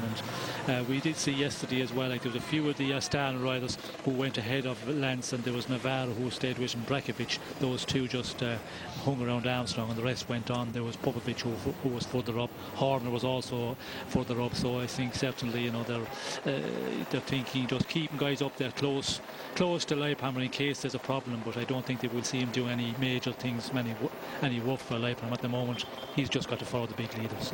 Well, Garzelli, having come second yesterday, in real trouble slipping off the back of this group. It's Sylvester Schmidt, the Pole, who's really turning in a great performance. Once again today, he's setting the pace ahead of Ivan Basso and Franco Pelazzotti, the best placed of the Liquigas riders in this front group. But Pelazzotti lying 7th overall. They're going to go for the pink jersey today. There's no doubt about it. 32 seconds down is Pelazzotti. Lance Armstrong still suffering. There's Navarro.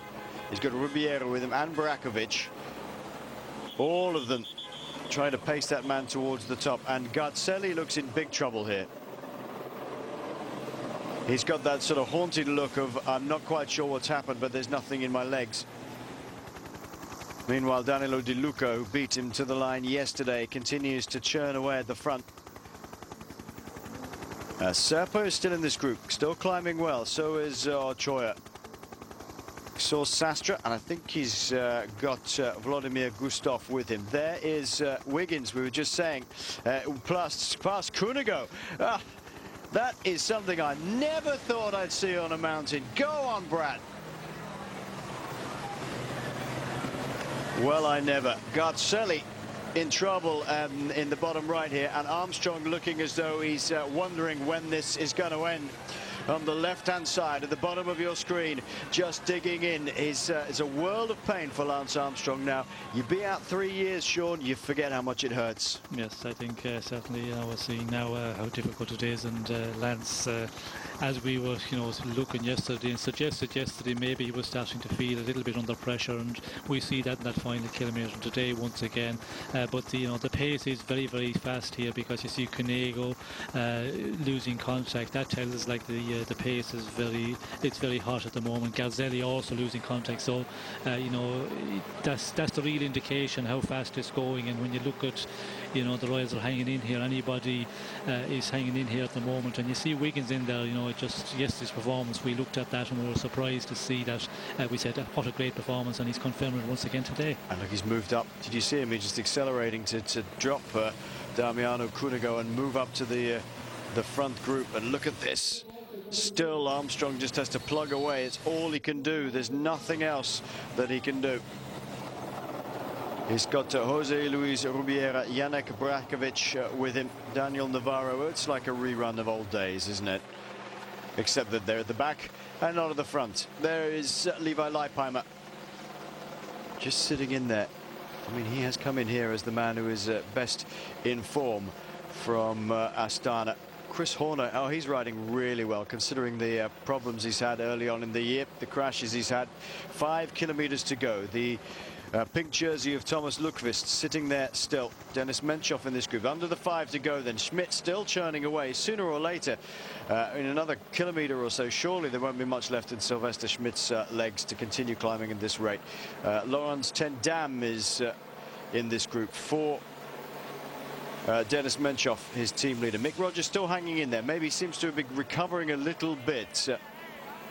Just a tiny bit. De Luca looks as though he's beginning to suffer. Simoni is about halfway down this group, and there is Brad on the back of this group and still tapping away. Now, has he just left himself a little bit too depleted of energy to stay with them now? That is the question. That's Bruzigin. And Bruzigin really suffering. Well, it is a monster of a hill, this one, Sean. It goes on and on and on and on. And some of the big power climbers, like this man here, looking all at sea, looking across at the camera as if to say, please go away, don't film me, I don't want this to be shown. I don't want people to see I'm suffering.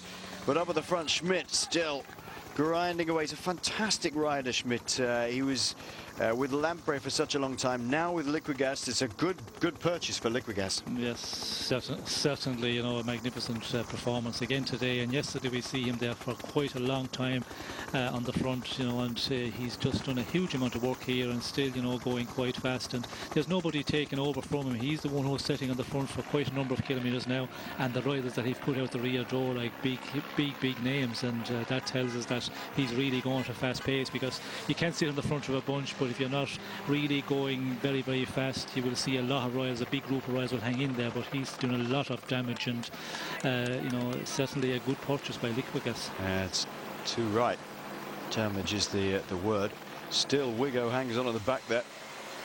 Good man, there he is, look, 88. Taking the shades off and putting them in his back pocket. This is the best I've ever seen him climb. This is no mean feat. Schmidt looking down over the hill to see how far he's stringing them out, and again ups the cadence a little bit more. This is going to string him out once again. Basso still being able to sit in there. Pelazzotti also. Oh, it's a world of pain.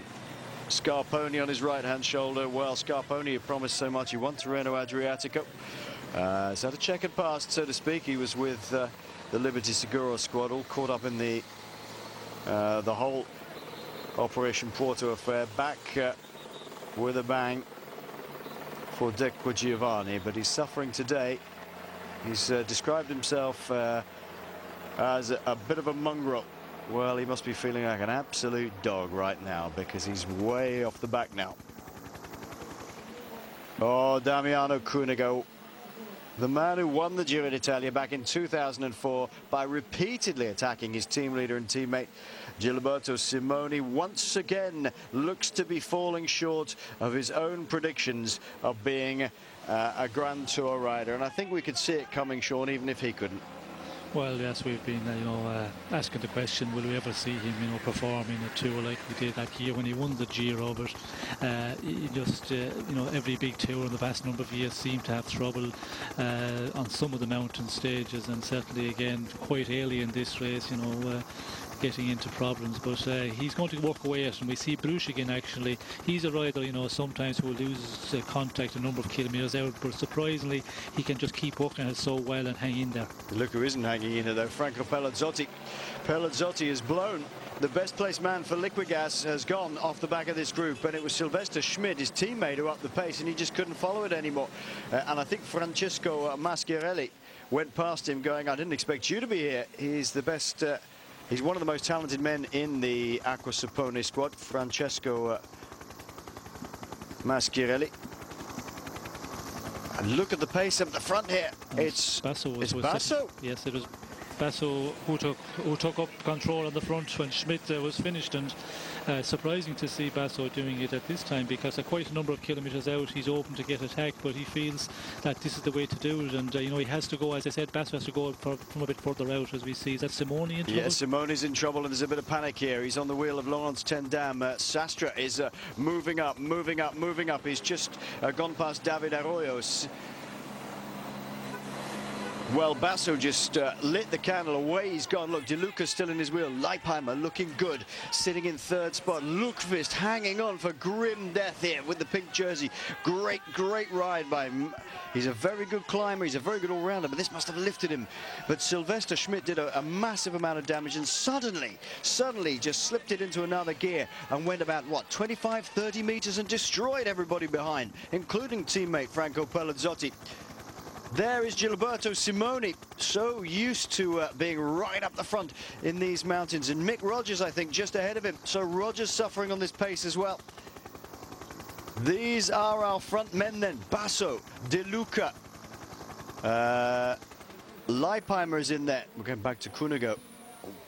Well, we know Cunego's in trouble. Let's get back up the front. Menchov, Sastre, yep. David Horrillo. That is our leading group, and surprising that Basso took up such a strong move, and Pelazzotti losing contact. That is also, a surprise, because I thought he was the man for today, but Basso must be feeling well. So too. He must be feeling very good, because to take up the pace at this time, quite a bit out. You're always open to attack, and we see here now he's just looking around, trying to get some help and get some of the other guys to take up the pulling on the front. Fantastic ride by Chris Horner. He's up in this group as well.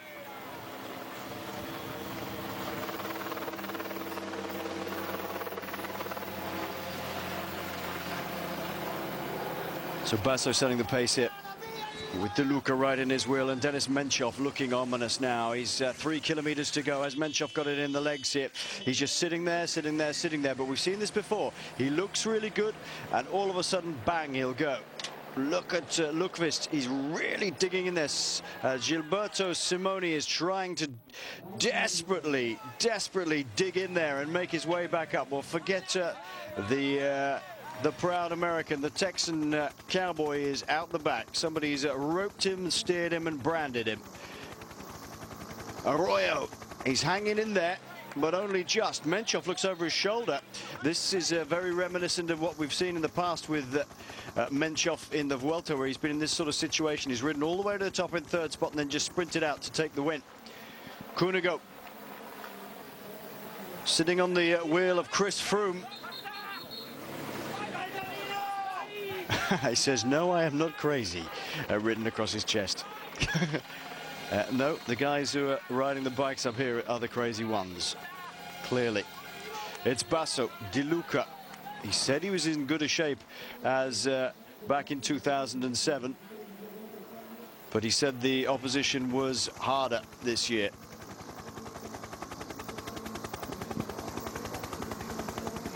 Basso, De Luca. 1 minute and 15 seconds now down to Cunego. Oh, so that's the end of his challenge for an overall classification place here. To be honest, it's only the first really big hill of this Giro d'Italia, and he's gone out of the back door. Chris Horner still hanging in here. This is a terrific ride by another man who's oft underrated. Not by his teammates, that's for sure. but he is one of the friendliest, the best people in the peloton. There's Thomas Roriga sitting with Damiano Cunego. The young man, maybe the pace is just a little bit too much for him. Carlos Sastre, well, we said he got a dark horse, Sean, and he's still in there. Yes, certainly, and you know, we're wondering at what form he was in, what, you know, his fitness level would be at this moment, and certainly, you know, he's again just following here Sass's usual tactic, just, you know, sit there and follow on, and he's certainly doing a good job. Lundqvist is going. Lundqvist is going. Well, that's a terrific ride. He's got to get back up there. The pace has just maybe slackened off a little bit, and he's just forcing his way back under the wheel of Carlos Sastre. Basso, De Luca, Sastre, Leipheimer, Menchov, Lundqvist and Horner in this group. Come on, dig in, son. Now they start to look at each other. Basso moves over. Menchov looks to see who's going to come and take up the pace. This is where the cat and mouse is going to start, Sean. They're all going to look at each other to see who wants to take it over. Basso moved across the road to see if somebody would take it up. Menchov refused to. Horner didn't have the legs to. That's just allowed Lundqvist to tack on the back again. And Basso certainly needs somebody. He's you know, being on the front for quite a while now, pulled it on for a long time. Of course, De Luca will take it up, but he's not going to give it 100%.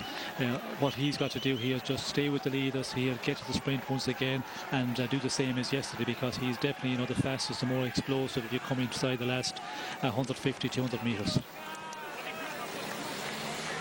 Leipheimer's looking very calm at the moment. Very good in this group, and so is Menchov. Out of that group, Sean, I mean, just looking with the instinct that you have, who looks the calmest, the most relaxed, in best shape at the moment? Well, I think De Luca, he must be in good shape, because if he was suffering a bit, he would just try, you know, bluff it a bit and just get carried along. But he just, you know, took it a bit on the front, 150, 200 meters on the front, and then gets Basso to take it over once again. And that's what he needs to do. Just keep this group moving along at a good pace, because if you slow up totally, it's definitely going to start attacking, and there's a lot of riders will go in the attack, and that's what De Luca do not need. Just keep the pace going and keep Basso working on the front, as he's been doing for quite a while. Every time Basso swings over just a little bit to see if somebody's going to come through, they're not. I think he's decided at the moment he's just going to have to keep going for it. He is the local hero. He's the big favourite. He's the returning man. De Luca and he have both won a Giro apiece. And this is Cunego. Simoni still dropping off the back. The Pelazzotti group, by the way, is at 45 seconds now, back from Ivan Basso. Well, all the questions that were being asked of Lance Armstrong, and he was asking of himself, surely they must be beginning to be answered now, because there's a world of difference between the guys at the front here and where he is right now. Sastre sitting at the back, the Tour de France champion from last year. It couldn't have been a more popular one amongst the peloton and many of the fans out on the tour. A man who's built his career up very, very slowly over many years, exactly the way a career should be.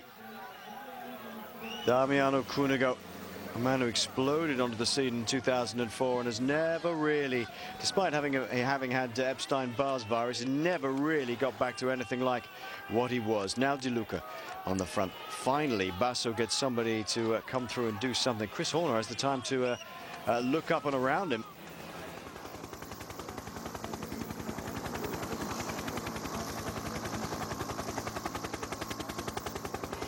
The big jersey of Thomas Lundqvist still here as they go onto the 1 kilometre to go banner. This is where it's all going to kick off. De Luca, they've got De Luca on the front now. That's exactly where they want him to be, Sean, because he's the man with the kick. Everybody's looking to him to do something now.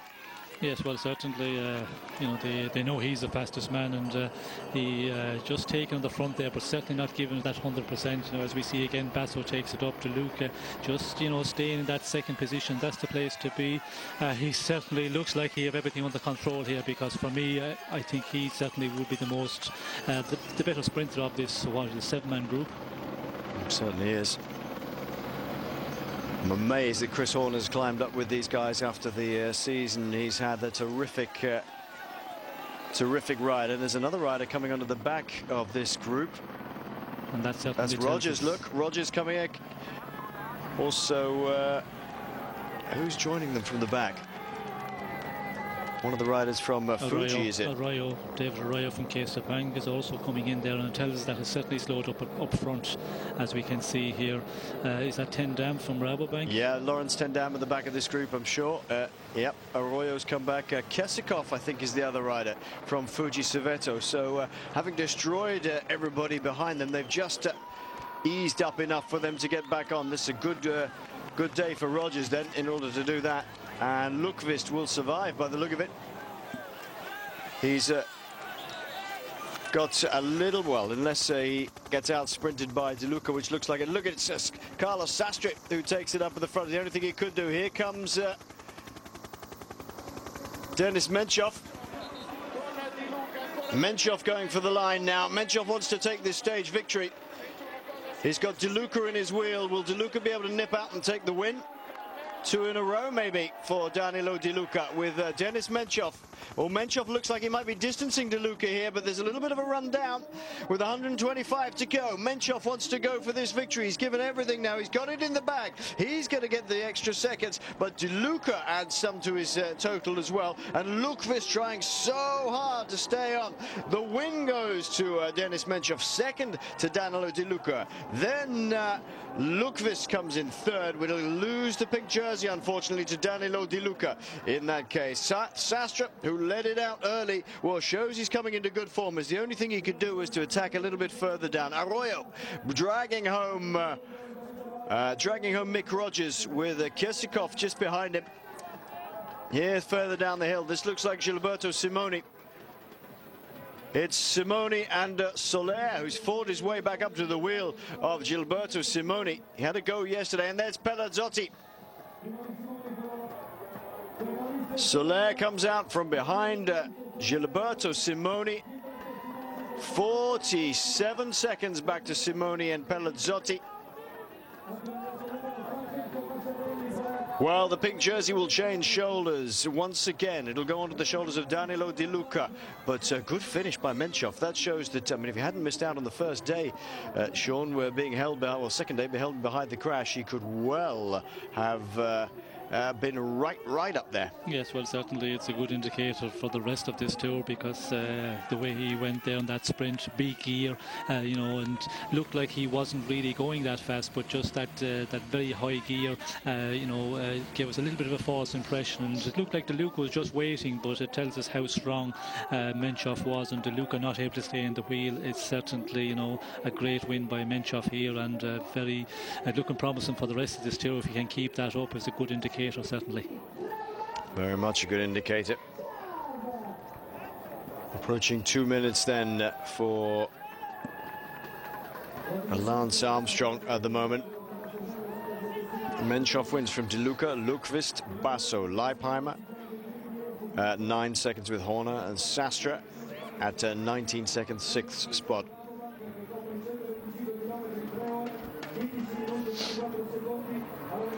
Well, still riders coming over 2 minutes now down for Lance Armstrong. Well, he's getting a good welcome from the crowd. John Lee Augustine in the Best Young Riders jersey. He was actually second in the competition behind. Lukvist is in this group as well. 1, 2, 3, 4 Astana riders. 3 around